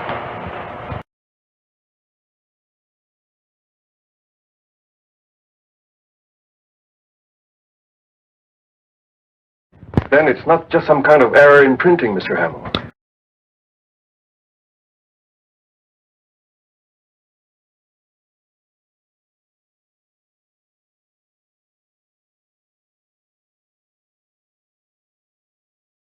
Definitely not. I remember looking at the originals on that roll myself.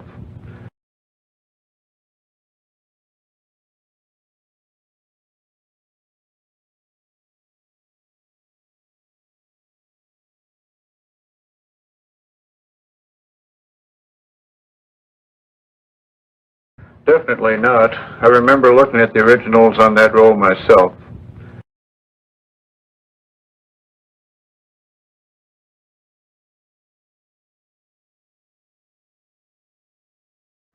What you see is what happened.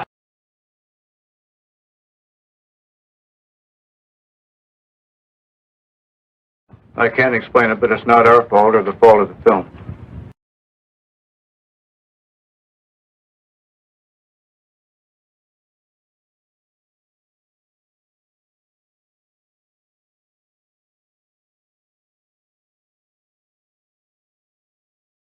I can't explain it, but it's not our fault or the fault of the film.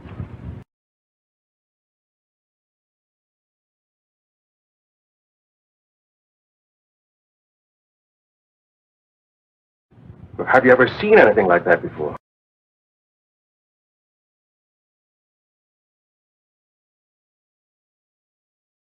Never.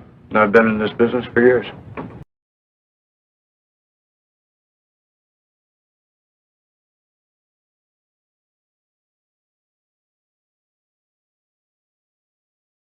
I'm Dr. Sutton. Would you come this way, please?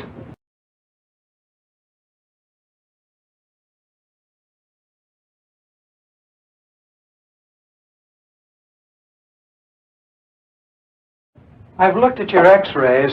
And?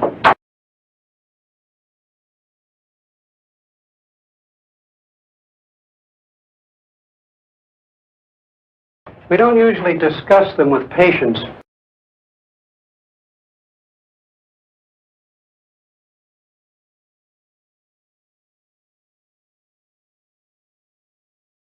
But this isn't a usual case, Mr. Carlson.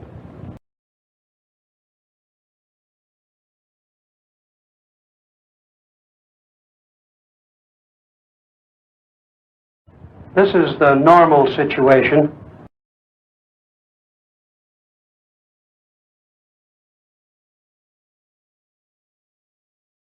Just to give you an idea.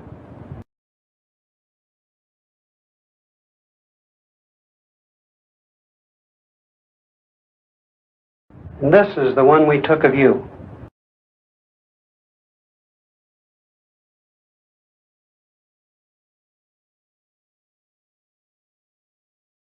What does it mean?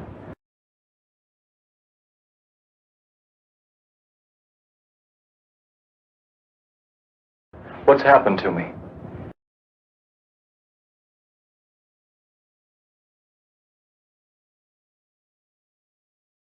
You've been hit by a small particle of matter of some kind.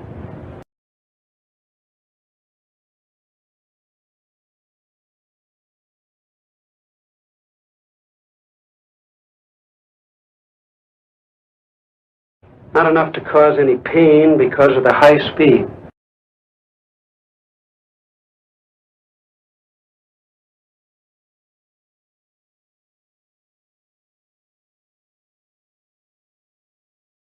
But it is there.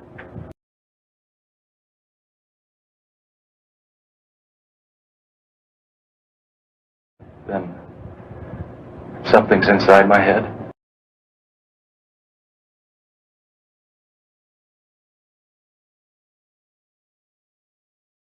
Yes, it's not uncommon.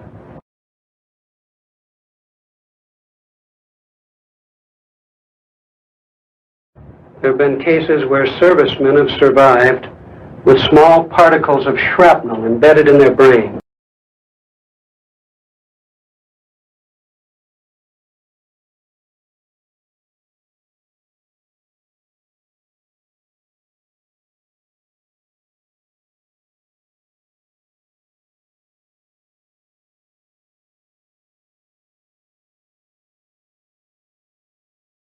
There have been cases where servicemen have survived with small particles of shrapnel embedded in their brain.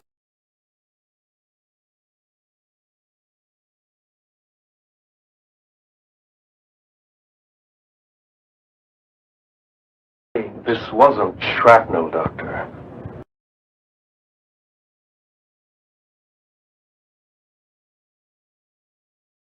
So I understood.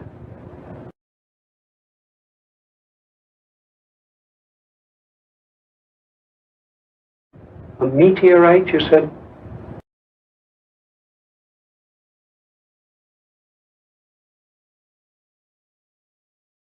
What happens now?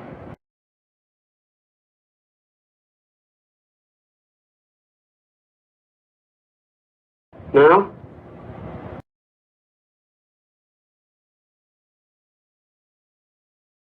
Now we're going to keep you here for a few more days for observation.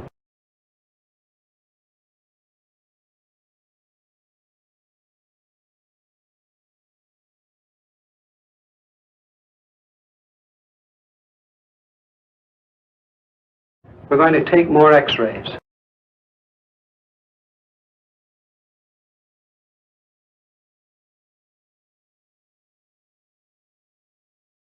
If that area doesn't clear up, we're going to do something about it.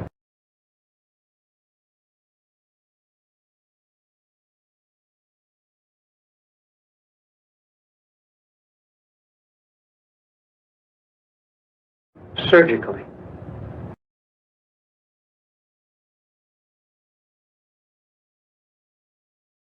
I made these photos several years ago.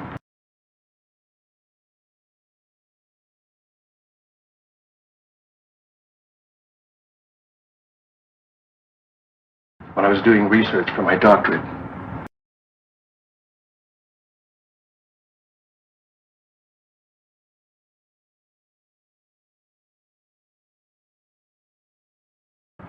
They just might have a connection to your killer lizard.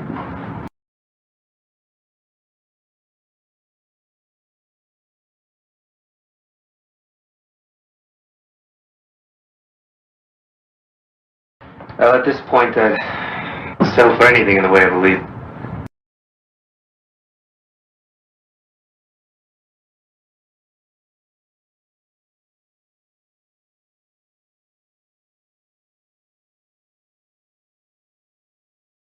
Well, let's see him.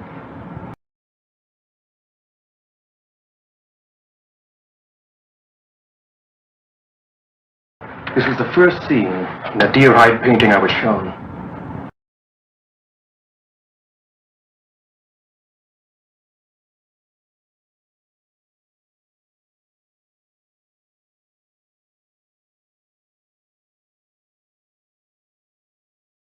This was the first scene in the deer hide painting I was shown.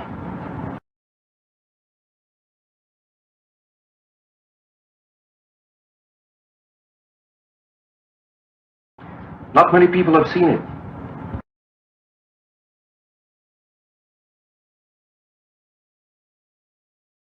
It's something like 400 years old.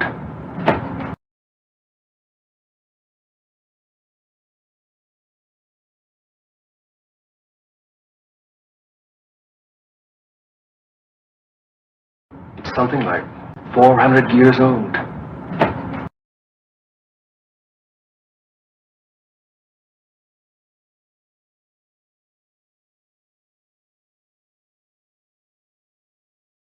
It's something like 400 years old.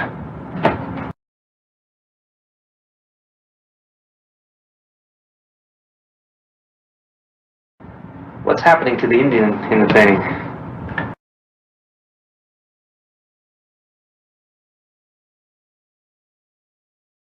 It's the beginning of the story.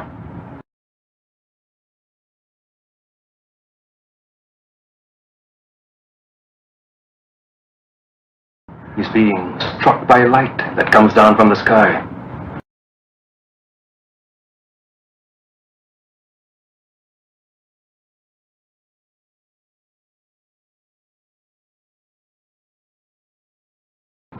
What happened to him?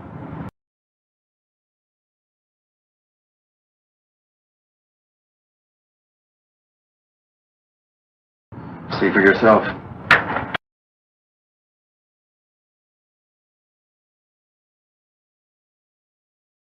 Whatever struck him from the sky changed him completely from human form.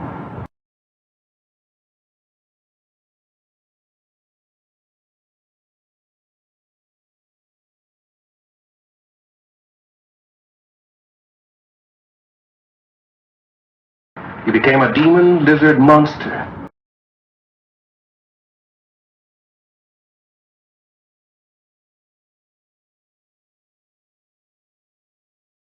Arrows had no effect on him.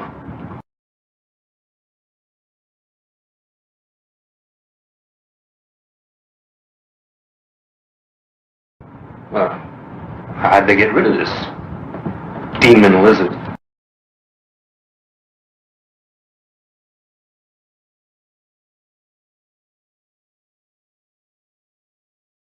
They didn't.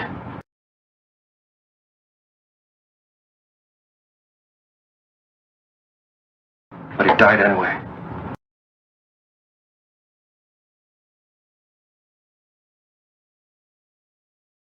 It was consumed by fire.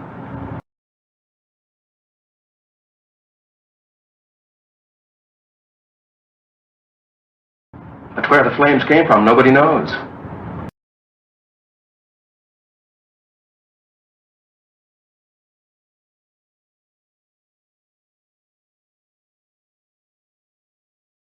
That's the mystery.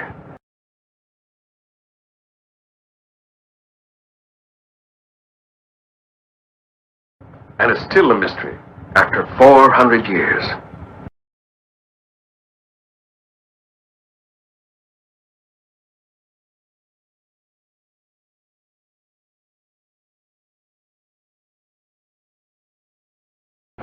I know what you're thinking.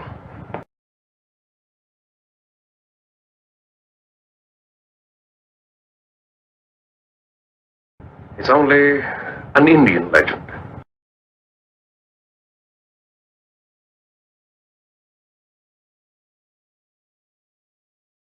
Part of our tribal culture.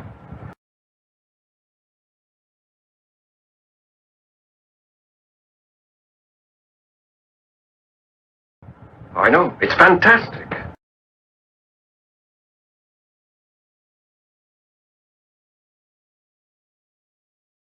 But it's the one thing that ties in with what the fisherman said.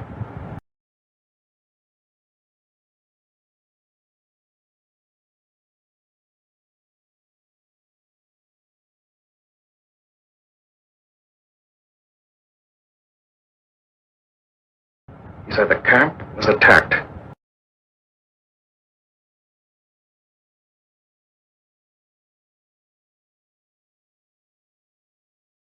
By a lizard that walked like a man.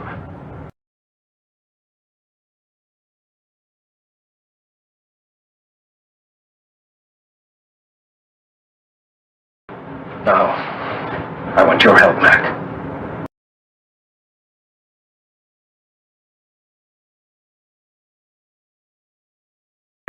Well, we've got the place to ourselves.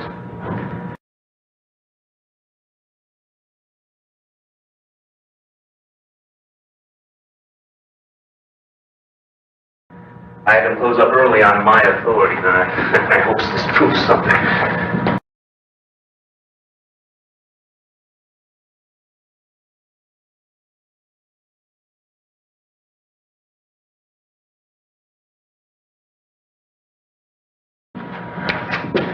You'll know in a minute.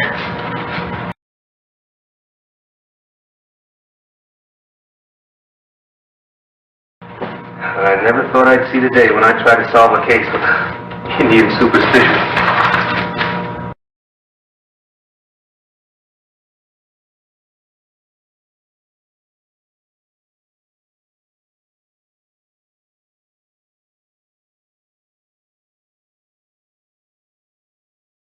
You're just about to find out.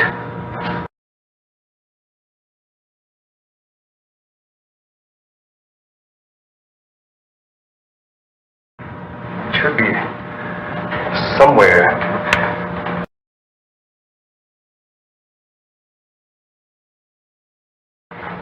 Just about here.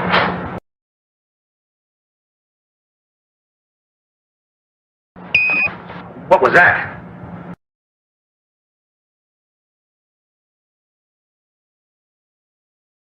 I don't really know.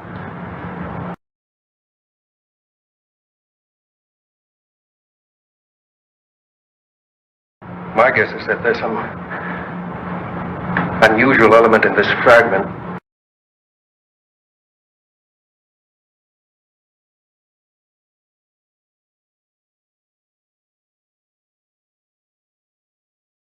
That synchronizes with that larger mass over there.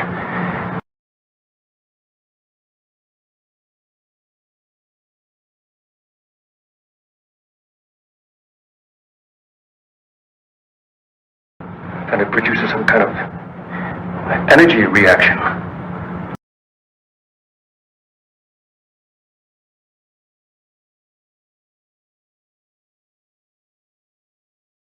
You mean it's energy or whatever it is?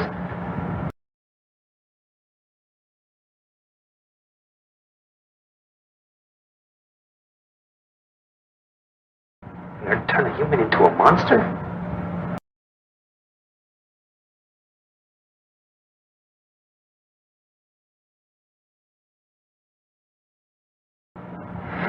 It's like in those werewolf tales.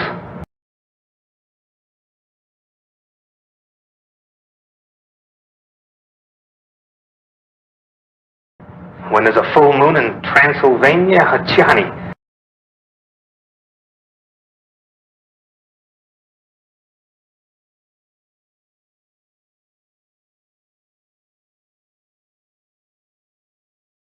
I've known you for a long time. You gotta be kidding.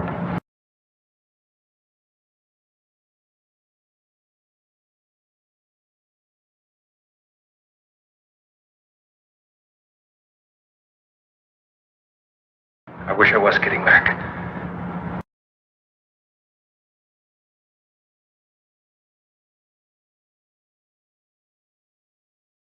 I'm not.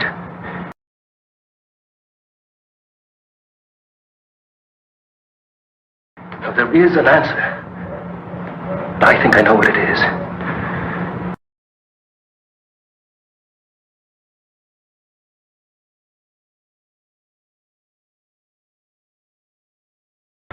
And it makes me sick to think about it.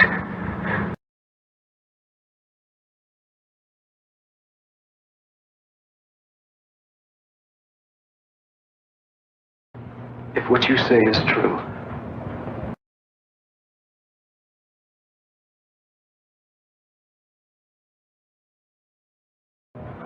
the X-rays, the way the meteorite reacted,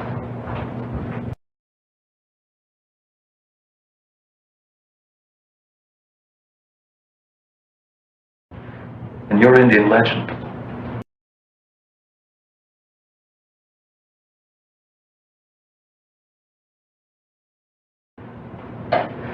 then there's something I've got to know for my own peace of mind.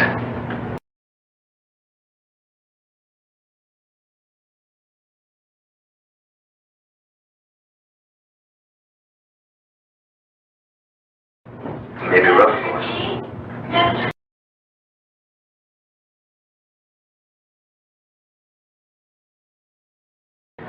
He's right, Paul.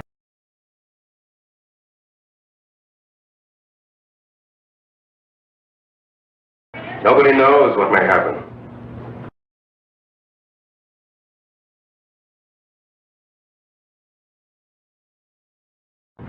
Let's find out.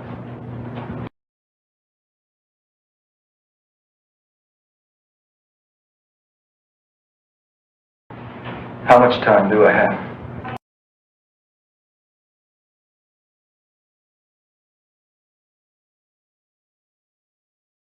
Be sundown in half an hour.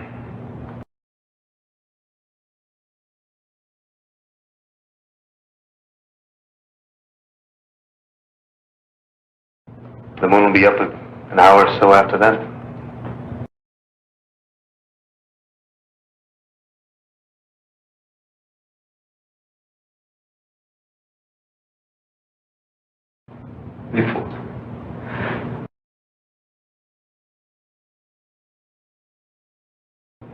Before anything happens.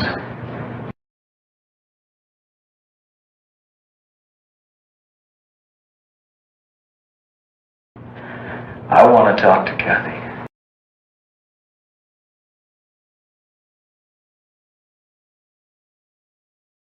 I'm sure that can be arranged.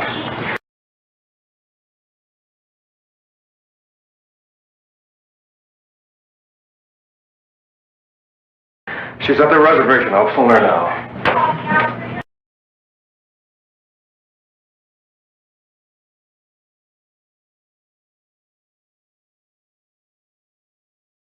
You better give her some idea of what he might have to go through.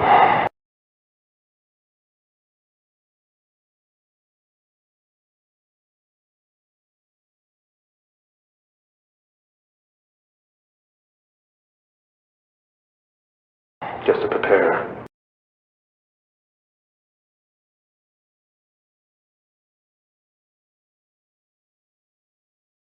I'll try.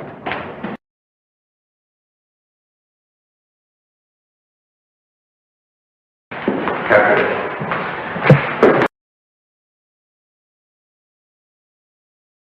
I'll just talk to you for a minute.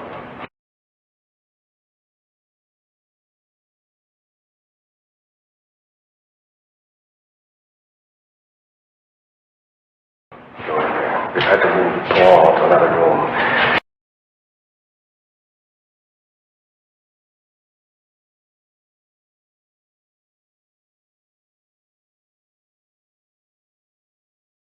He's in there. Why is he in there?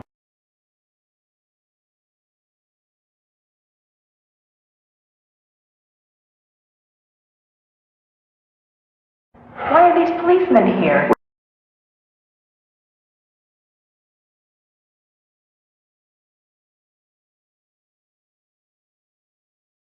We're not sure what may happen to Paul.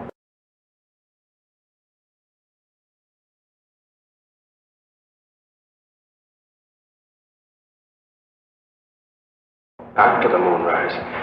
In fact, moving him here was his idea.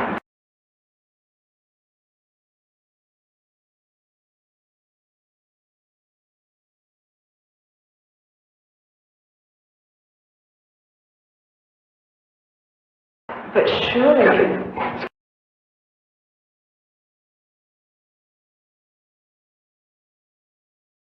This is the hospital.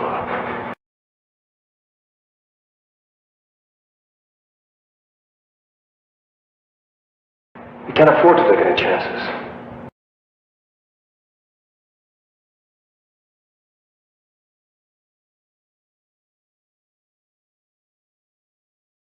The moon is a strong effect on the earth.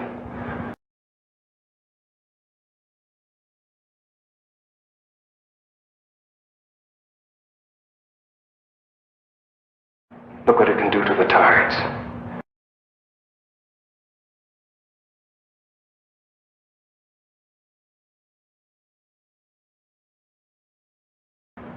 In Paul's case, it may trigger a whole set of changes. A temporary mutation.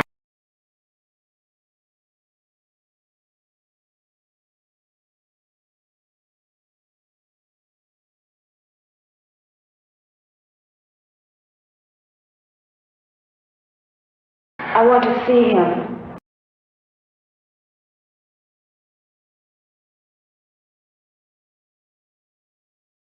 Now.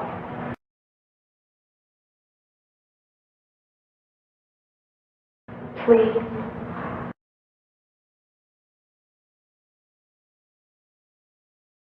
It's nearly sundown now.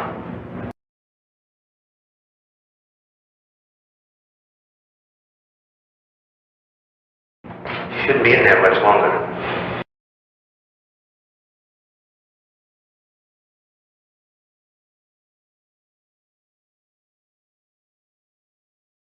All right, I'll get her.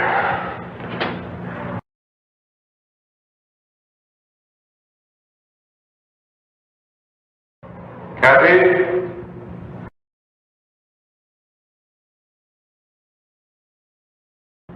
Kathy?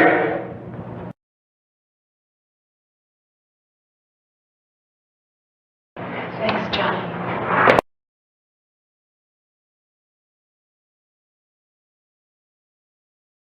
Can I take you home?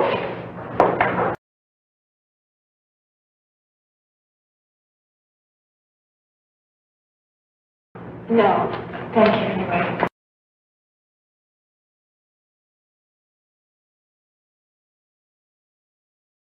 No trouble, miss. One of my men can take you home.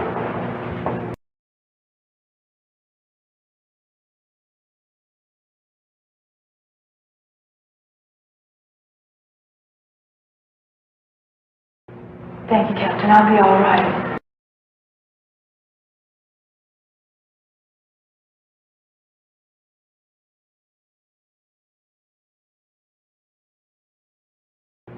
Thank you, Captain. I'll be all right.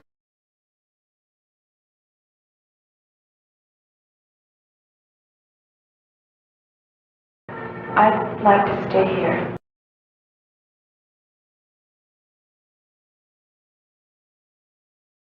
At the hospital.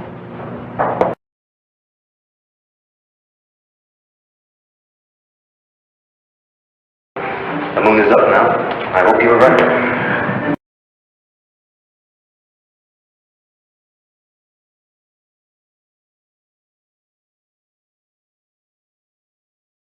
I don't. I hope you're wrong.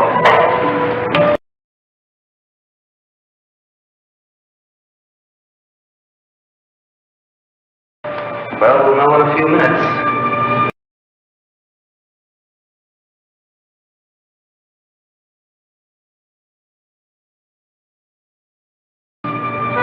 Something's happening.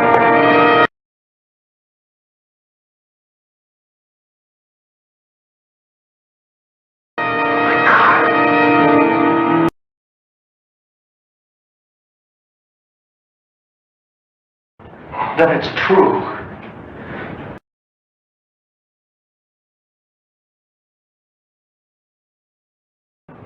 It was me.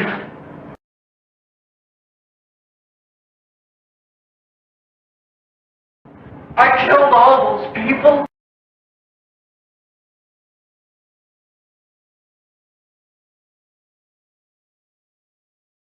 It wasn't your fault, son.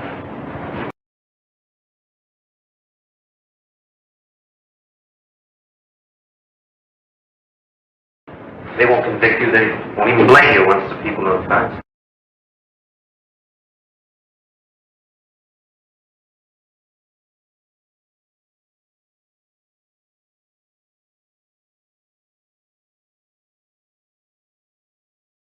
We'll soon have you back to normal, Paul.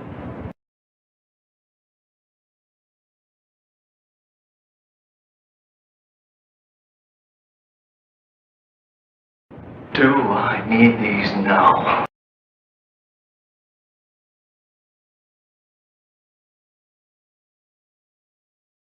No.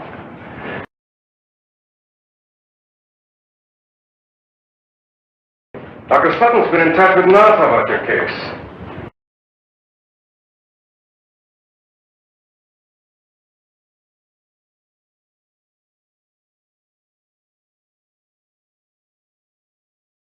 They're sending one of their top lunar scientists.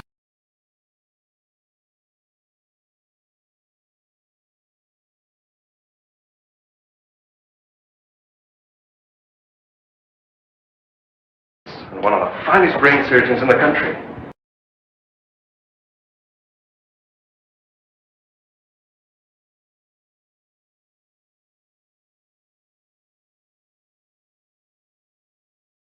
See that particle of meteor in the front part of your brain?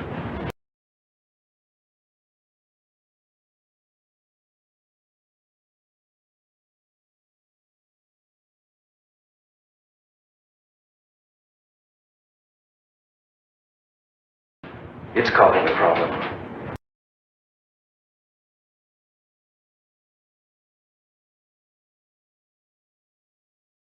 When it's removed, you won't have a thing to worry about.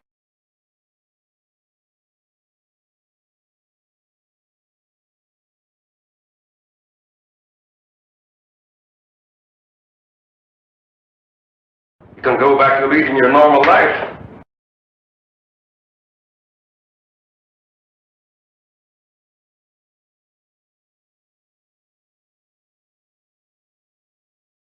I'd like to see Kathy.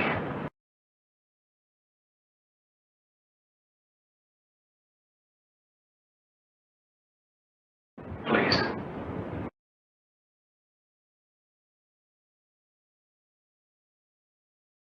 Kathy.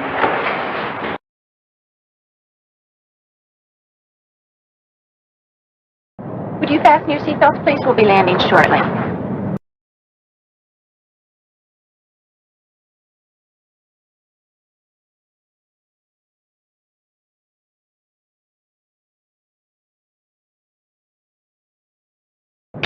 When are we due in Albuquerque?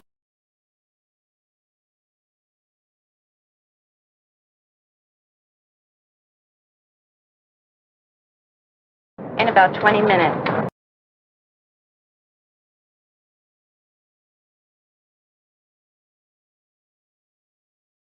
The captain got a message a few minutes ago. You and Dr. Lawrence will be met at the airport.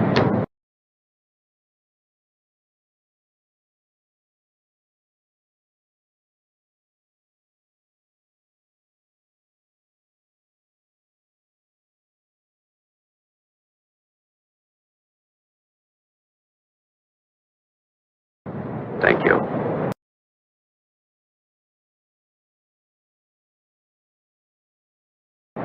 May we get off first, please? We just have some hand luggage.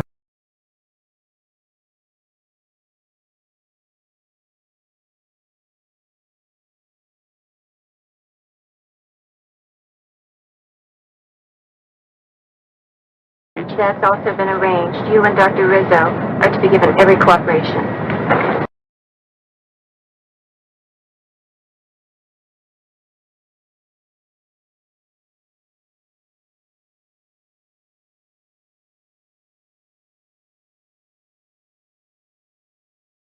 I must admit I was pretty startled last night when I got the call.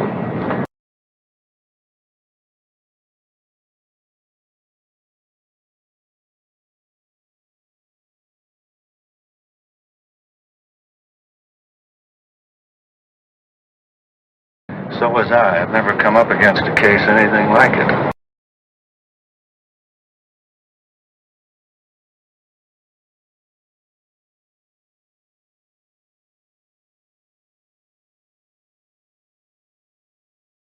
I've had a few unusual ones, I must say.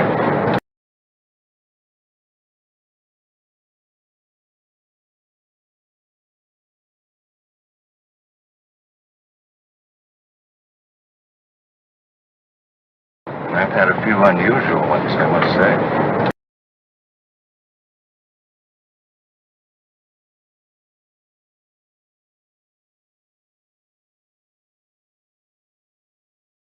We've been worried at NASA all through the Apollo program.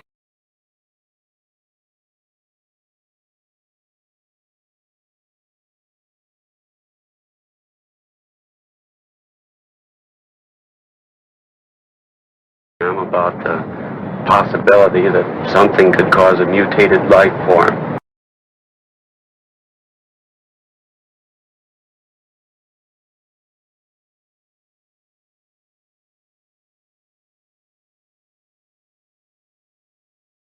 Nothing ever happened.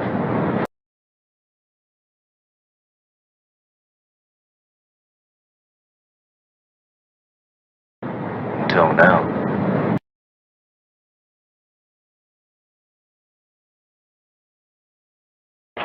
Oh, Paul, this is Dr. Rizzo.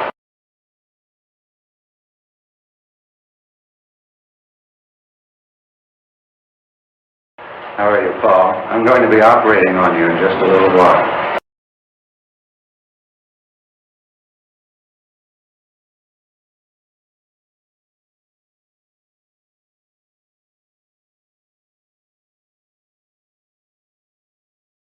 Glad to see you.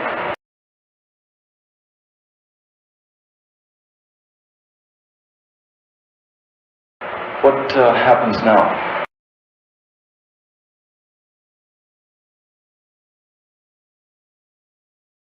We're going to make another set of X-rays just to check on the particle.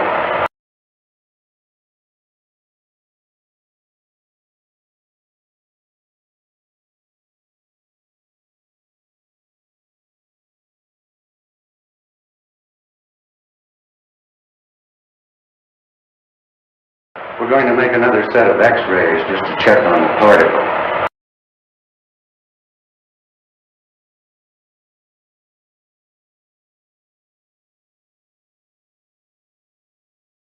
The new set will give us an exact pinpointing of the spot in the left frontal lobe where it is.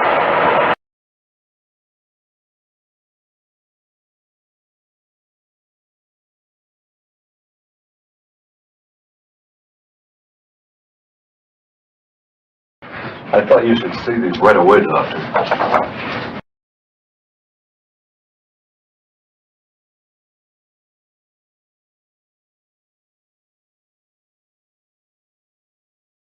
I think we should look at these inside.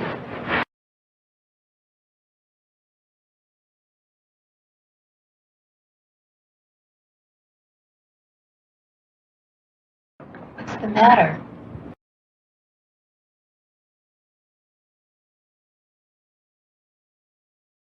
I don't know, but I'll try to find out.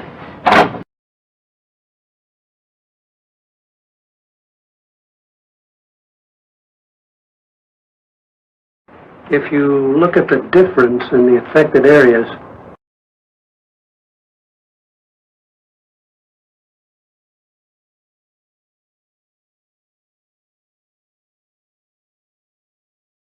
you'll notice considerable change, Doctor.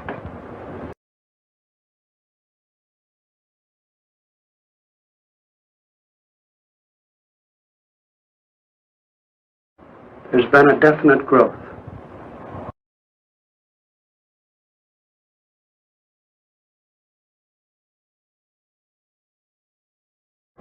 From the look of it, I'd say the particle in that young man's brain has disintegrated.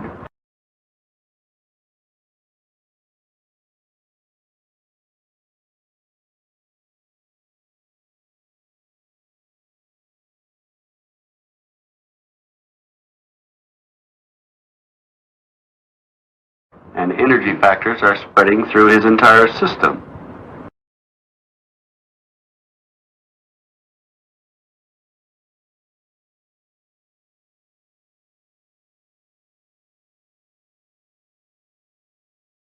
No question about it.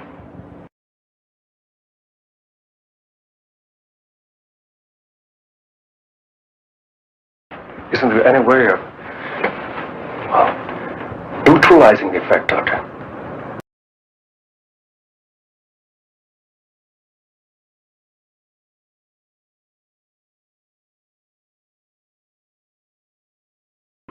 That's your field, Dr. Lawrence.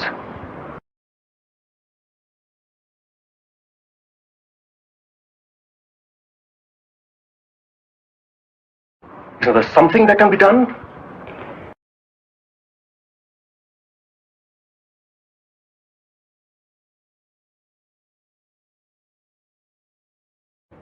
We're dealing with a brand new unstable element here, one we've never seen before.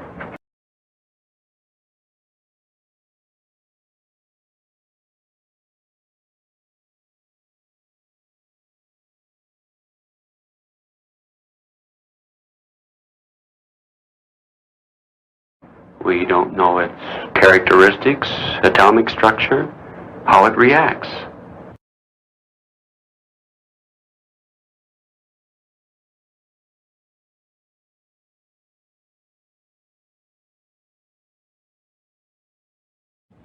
There's a chance.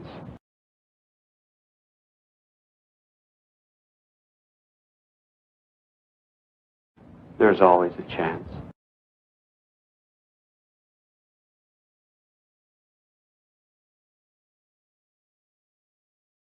Eventually, by doing research on the meteorite fragments you showed me,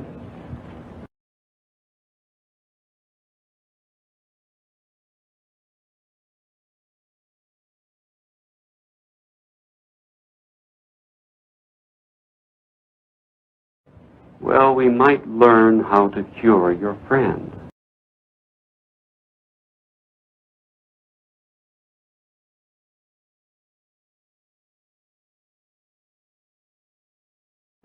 But the time, You're saying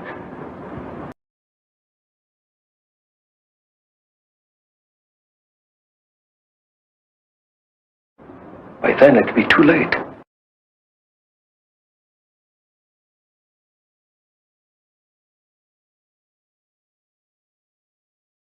I can't give you the timing exactly, but more or less what's going to happen is that the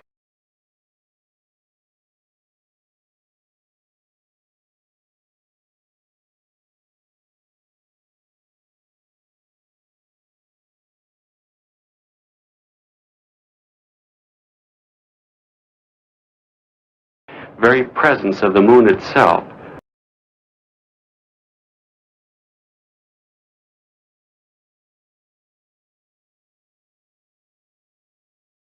A moon rock of gigantic size, if you will.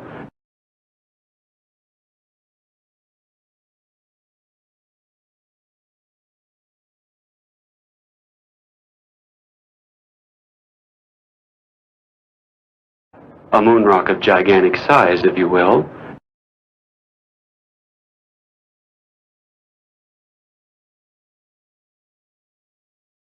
Will have a recurring effect on your friend's mutation every night.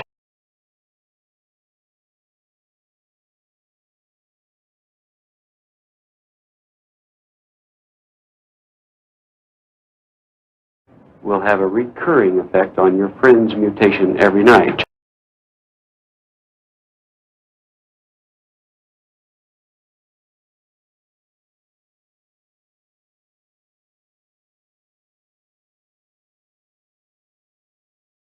Just as the energy emitted by that particle in his brain was triggered by the small moon rock at our exhibit here.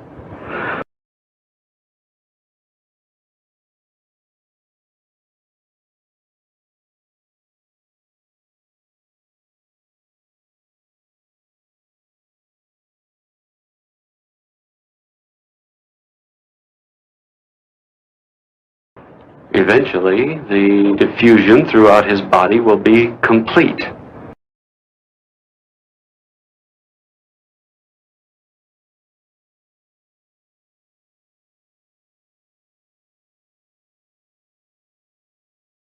And at that point, the situation will be atomically unstable.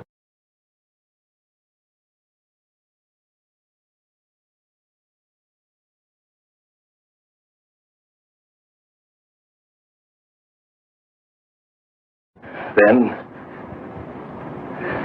the energy is released all at once.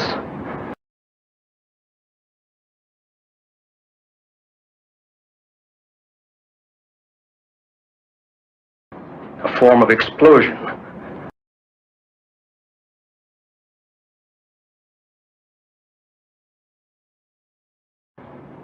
Exactly.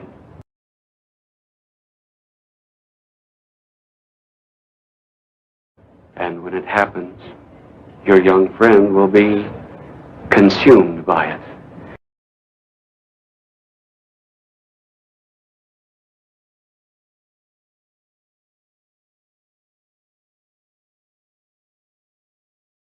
I've got to talk to you now. Let's go.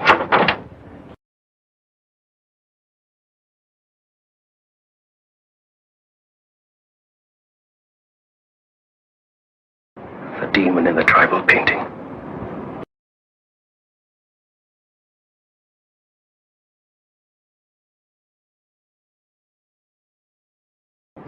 Self-consumed.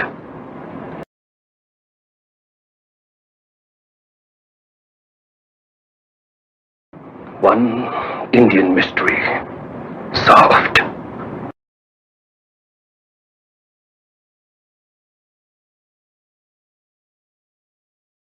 Oh, Paul, why couldn't there be time for us?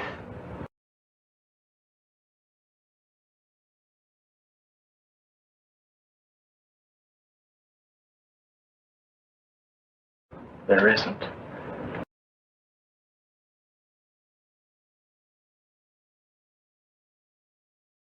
And that's why I'm going away.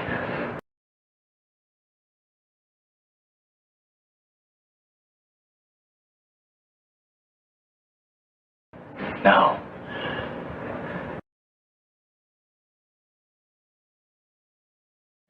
if I'm gonna die, I want to die looking like a man.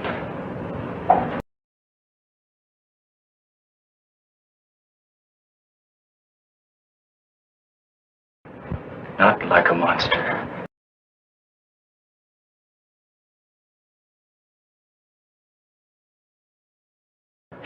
Paul, don't.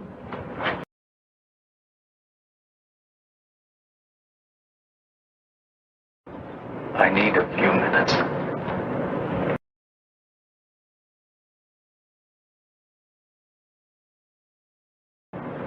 I've got to get away from here.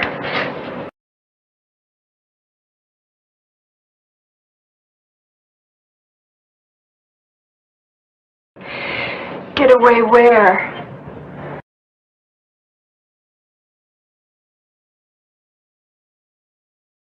I don't know.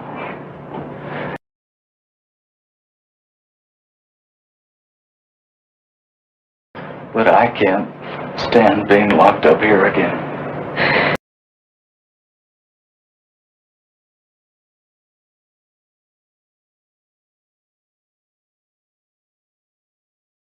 Will I see you again?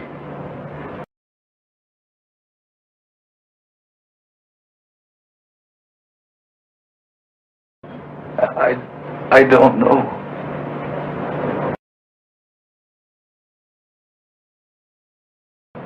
I want you to go back to Dr. Sutton's office.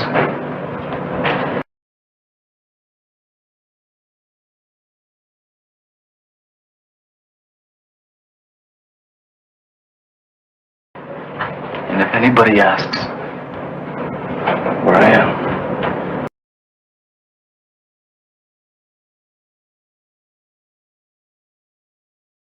I want you to tell them I'm on the roof.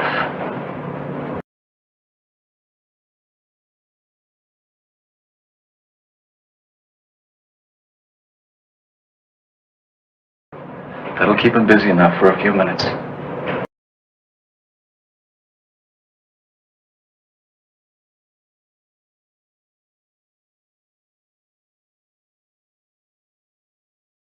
Long enough for me. I won't do it.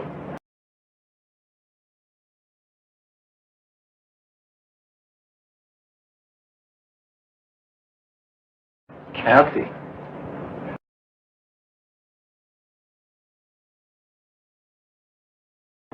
Please.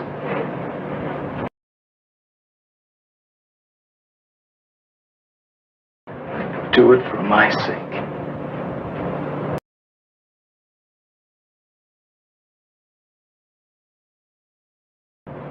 Do it because we love each other.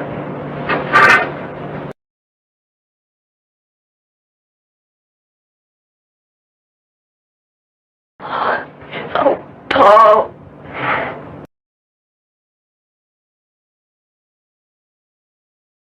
Why did this have to happen to you?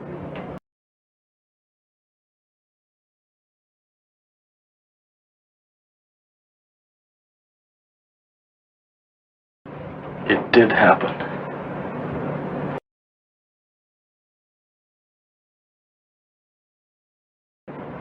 That's all I know.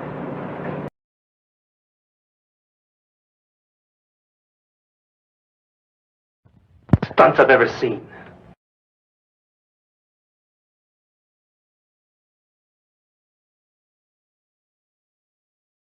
Does that kid think he can get away?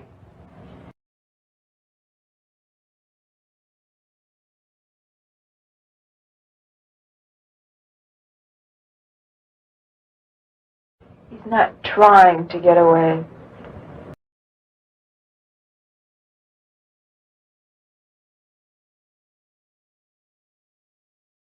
You don't understand. You just don't.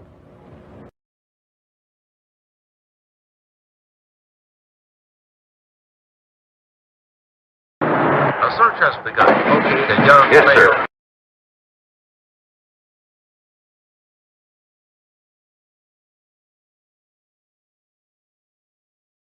Young Yes, sir. male patient. What can I do for you?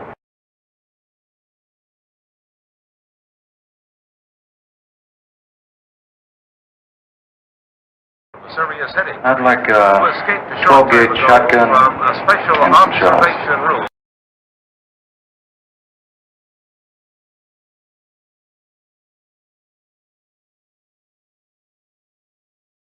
Well, we have some very nice models just came in.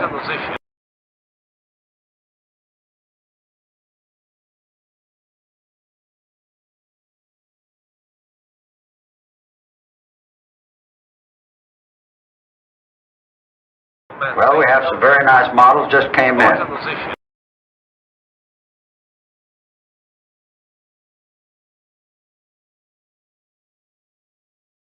Very nice guns. I'll be glad to show them.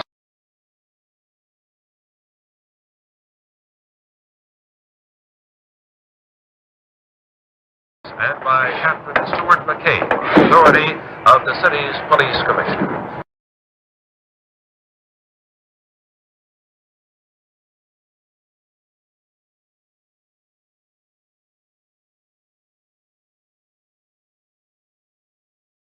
Here's a description of the man being sought, whose name is Paul G. Carlson.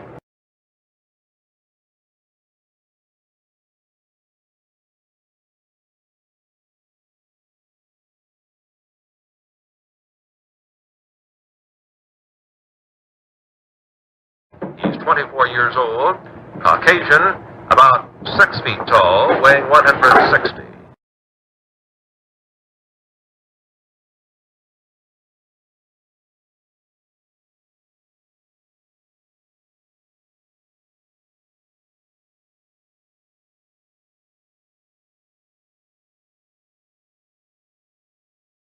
He's 24 years old, Caucasian, about 6 feet tall, weighing 160.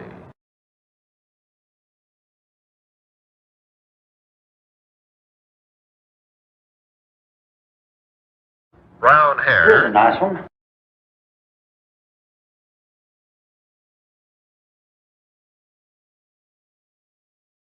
Blue eyes, regular features.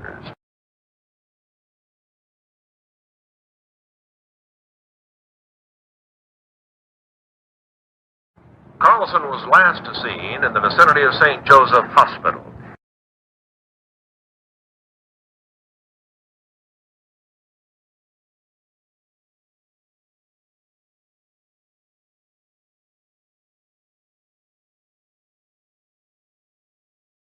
Carlson was last seen in the vicinity of St. Joseph Hospital.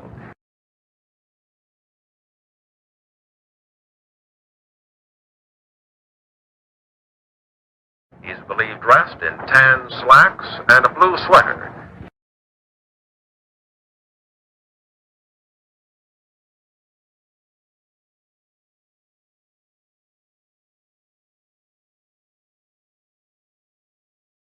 He's believed dressed in tan slacks and a blue sweater.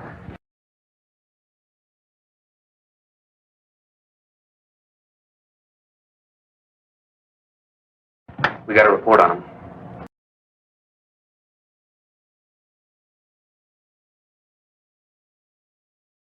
The owner of a gun shop says he tried to buy a shotgun.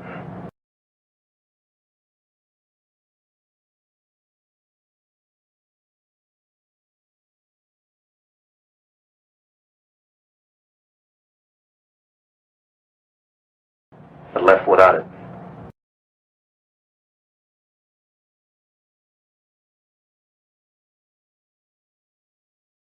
I don't think he wants it as a weapon.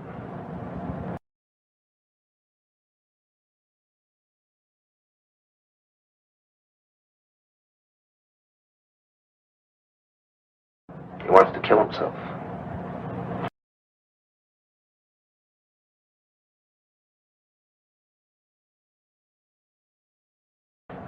Why, Miss Nolan?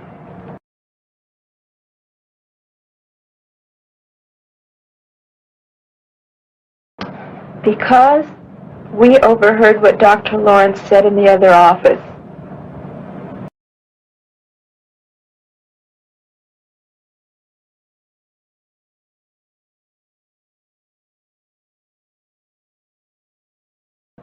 That's why.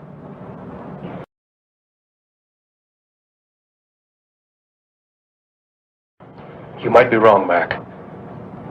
He's on a motorcycle. If he wanted to kill himself... No.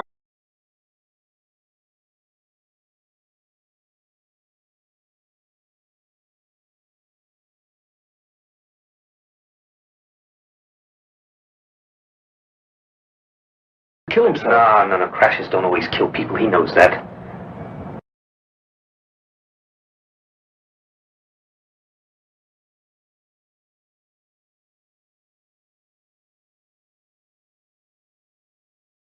Now, you try to find some way that was fast and foolproof.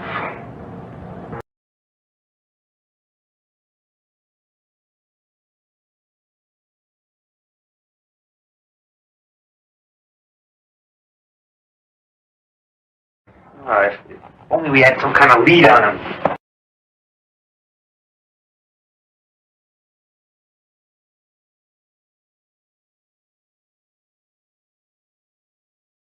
Anything.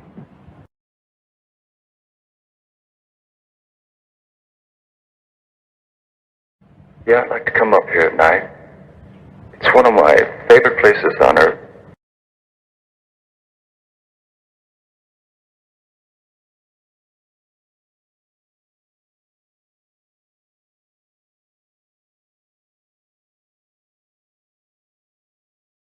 It's always so peaceful.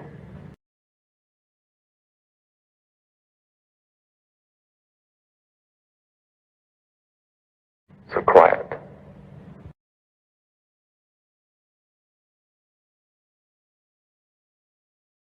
I can't stand this waiting around.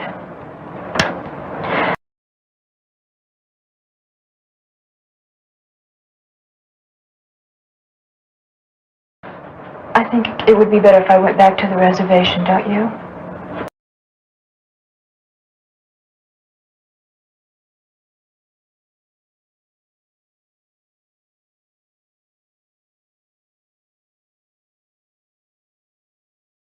I guess so.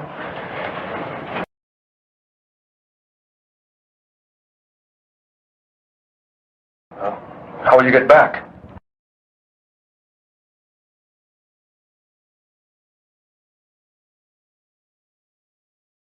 I borrowed Bud's car.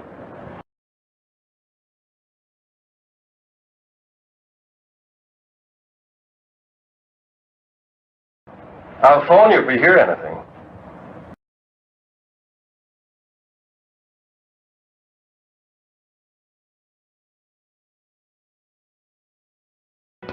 They found the motorcycle.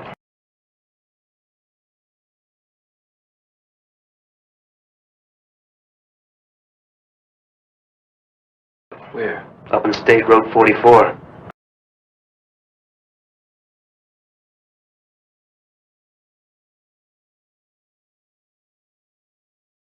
He took a spill.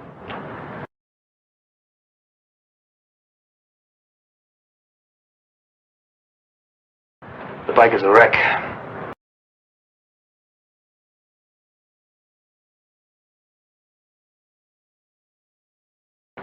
But he'd probably walk away all right. They couldn't find him anywhere around the area.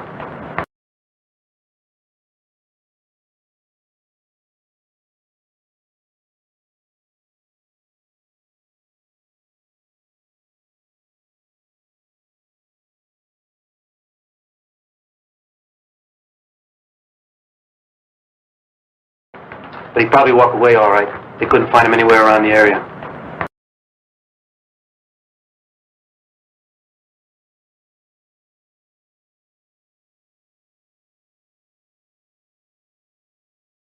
That road leads up to Sandia Crest.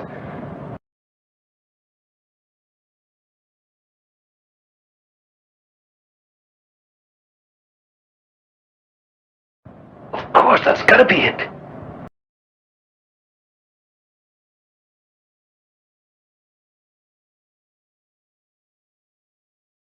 Over the years, I got to know Paul pretty well.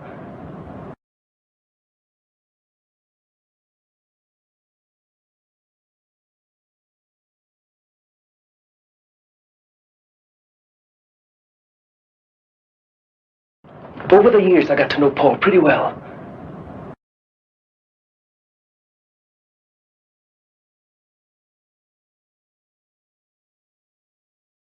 The one place he went to when he was troubled.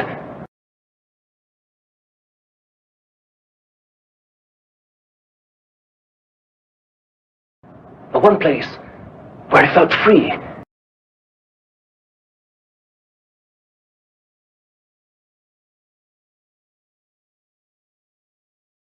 Was Sandia Crest.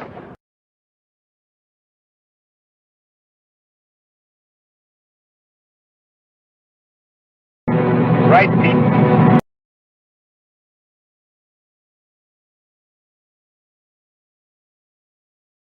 Get to Sandia Crest.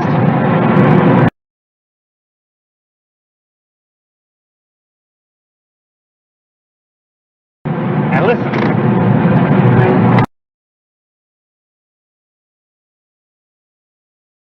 I want him captured.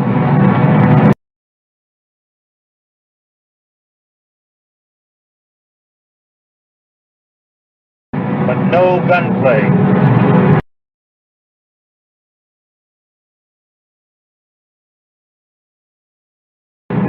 Unless it's absolutely necessary.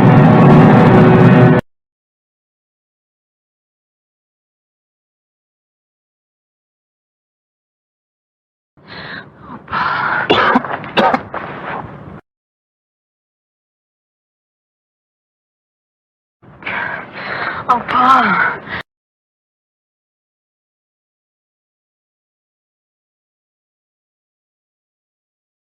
For a minute, I thought you were...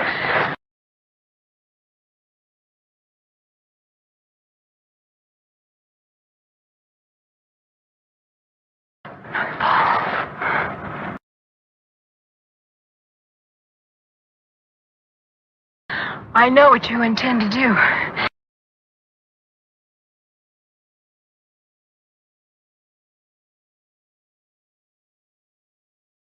But you mustn't.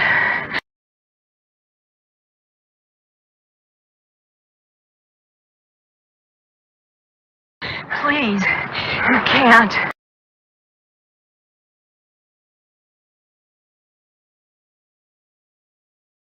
Kathy.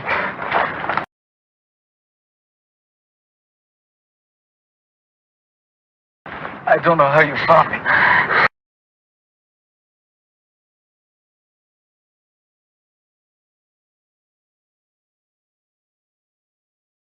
But you've got to leave now.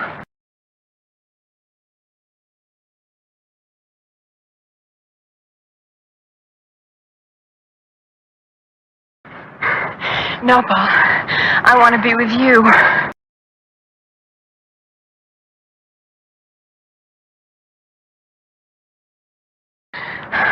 You can't stay.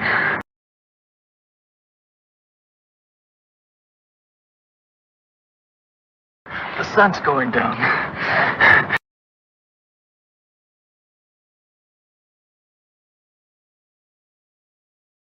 It'll be night soon.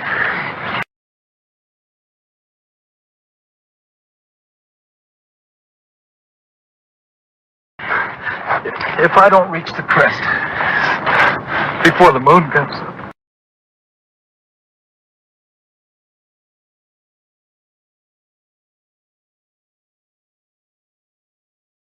then you can't stay.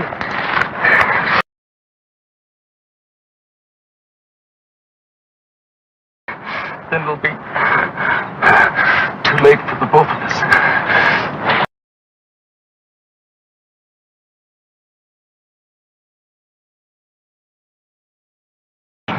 No, sir, but we'll keep checking the area.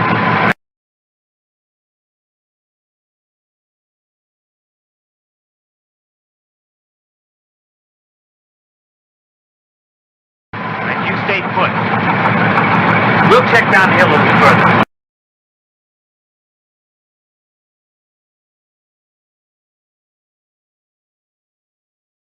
If anything happens, call me fast.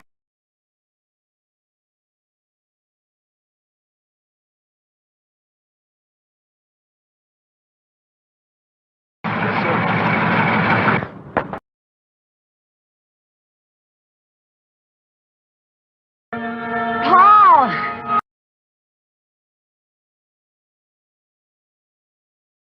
Paul, help me!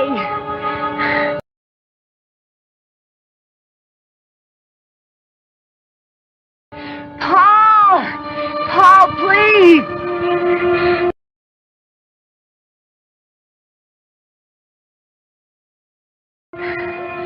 Help me, Paul, please help me.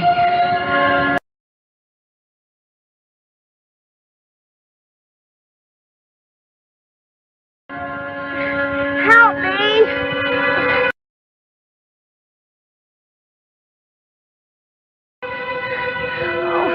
Oh, Paul! Paul!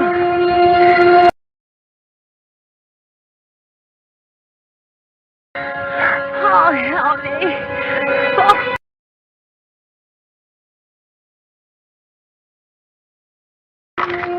Paul.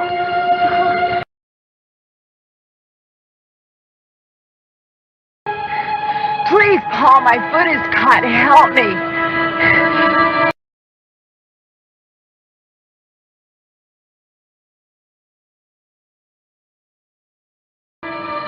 Paul, help me!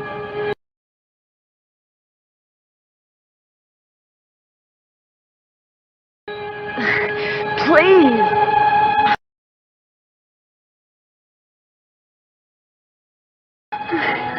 Please!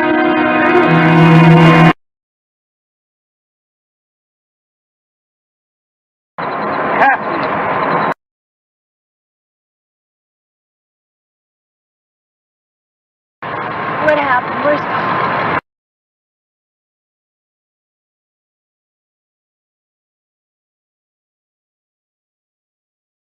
He got away.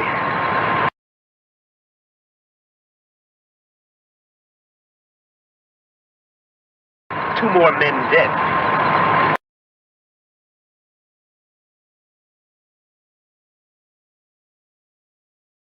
Oh, God.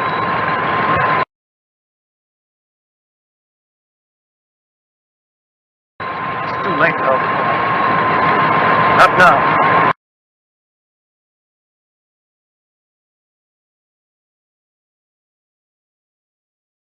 It's gotta be stopped.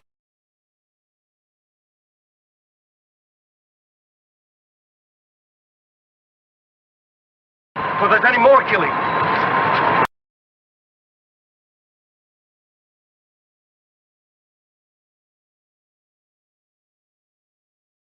Are you gonna try and stop it with a bow and arrow?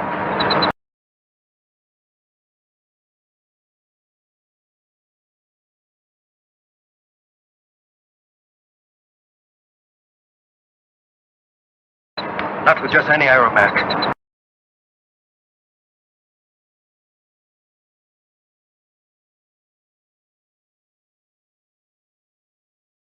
I'm going to use this.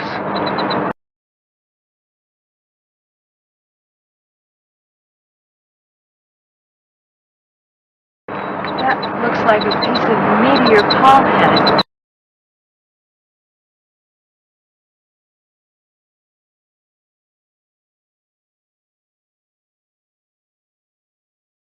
It is. I've fashioned an arrowhead out of it.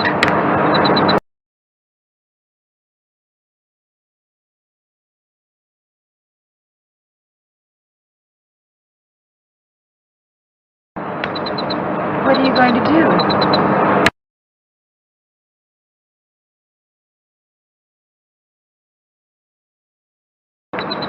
Johnny, tell me!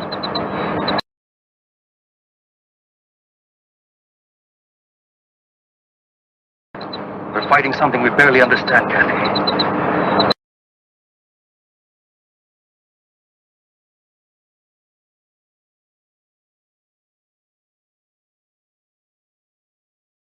The changes that a particle of matter from outer space has made in a human being.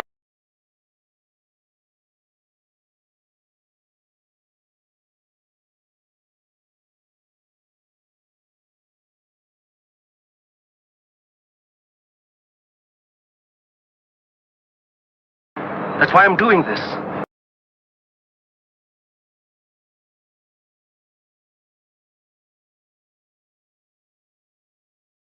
If a particle can generate all that energy,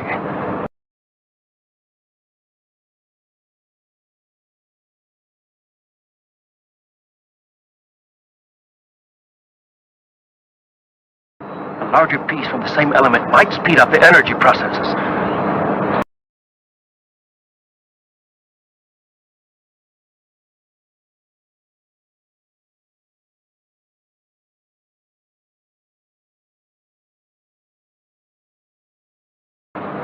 Dr. Lawrence, Paul and I heard you in the hospital.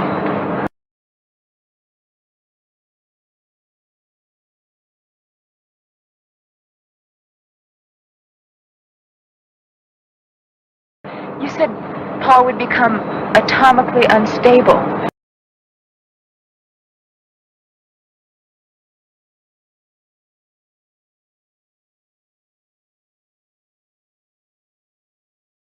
That he would... It was always inevitable.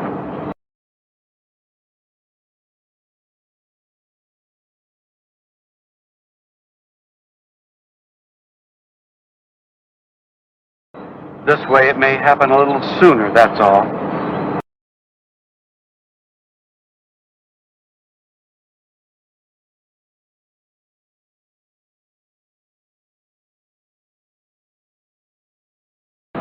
Johnny, you can't do it.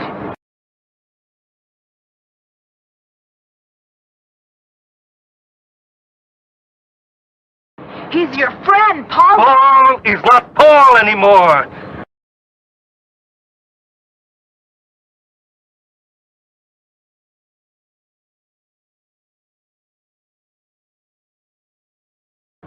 You've seen that.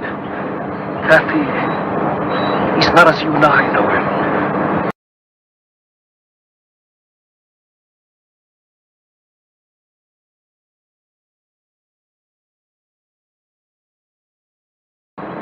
Paul is gone.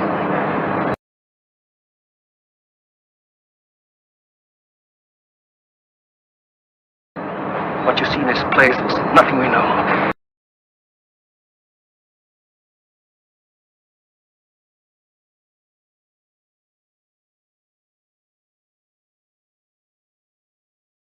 Nothing human.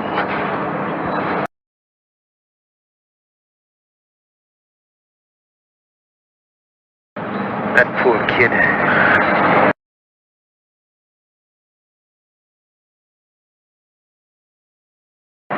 She's had a rough time.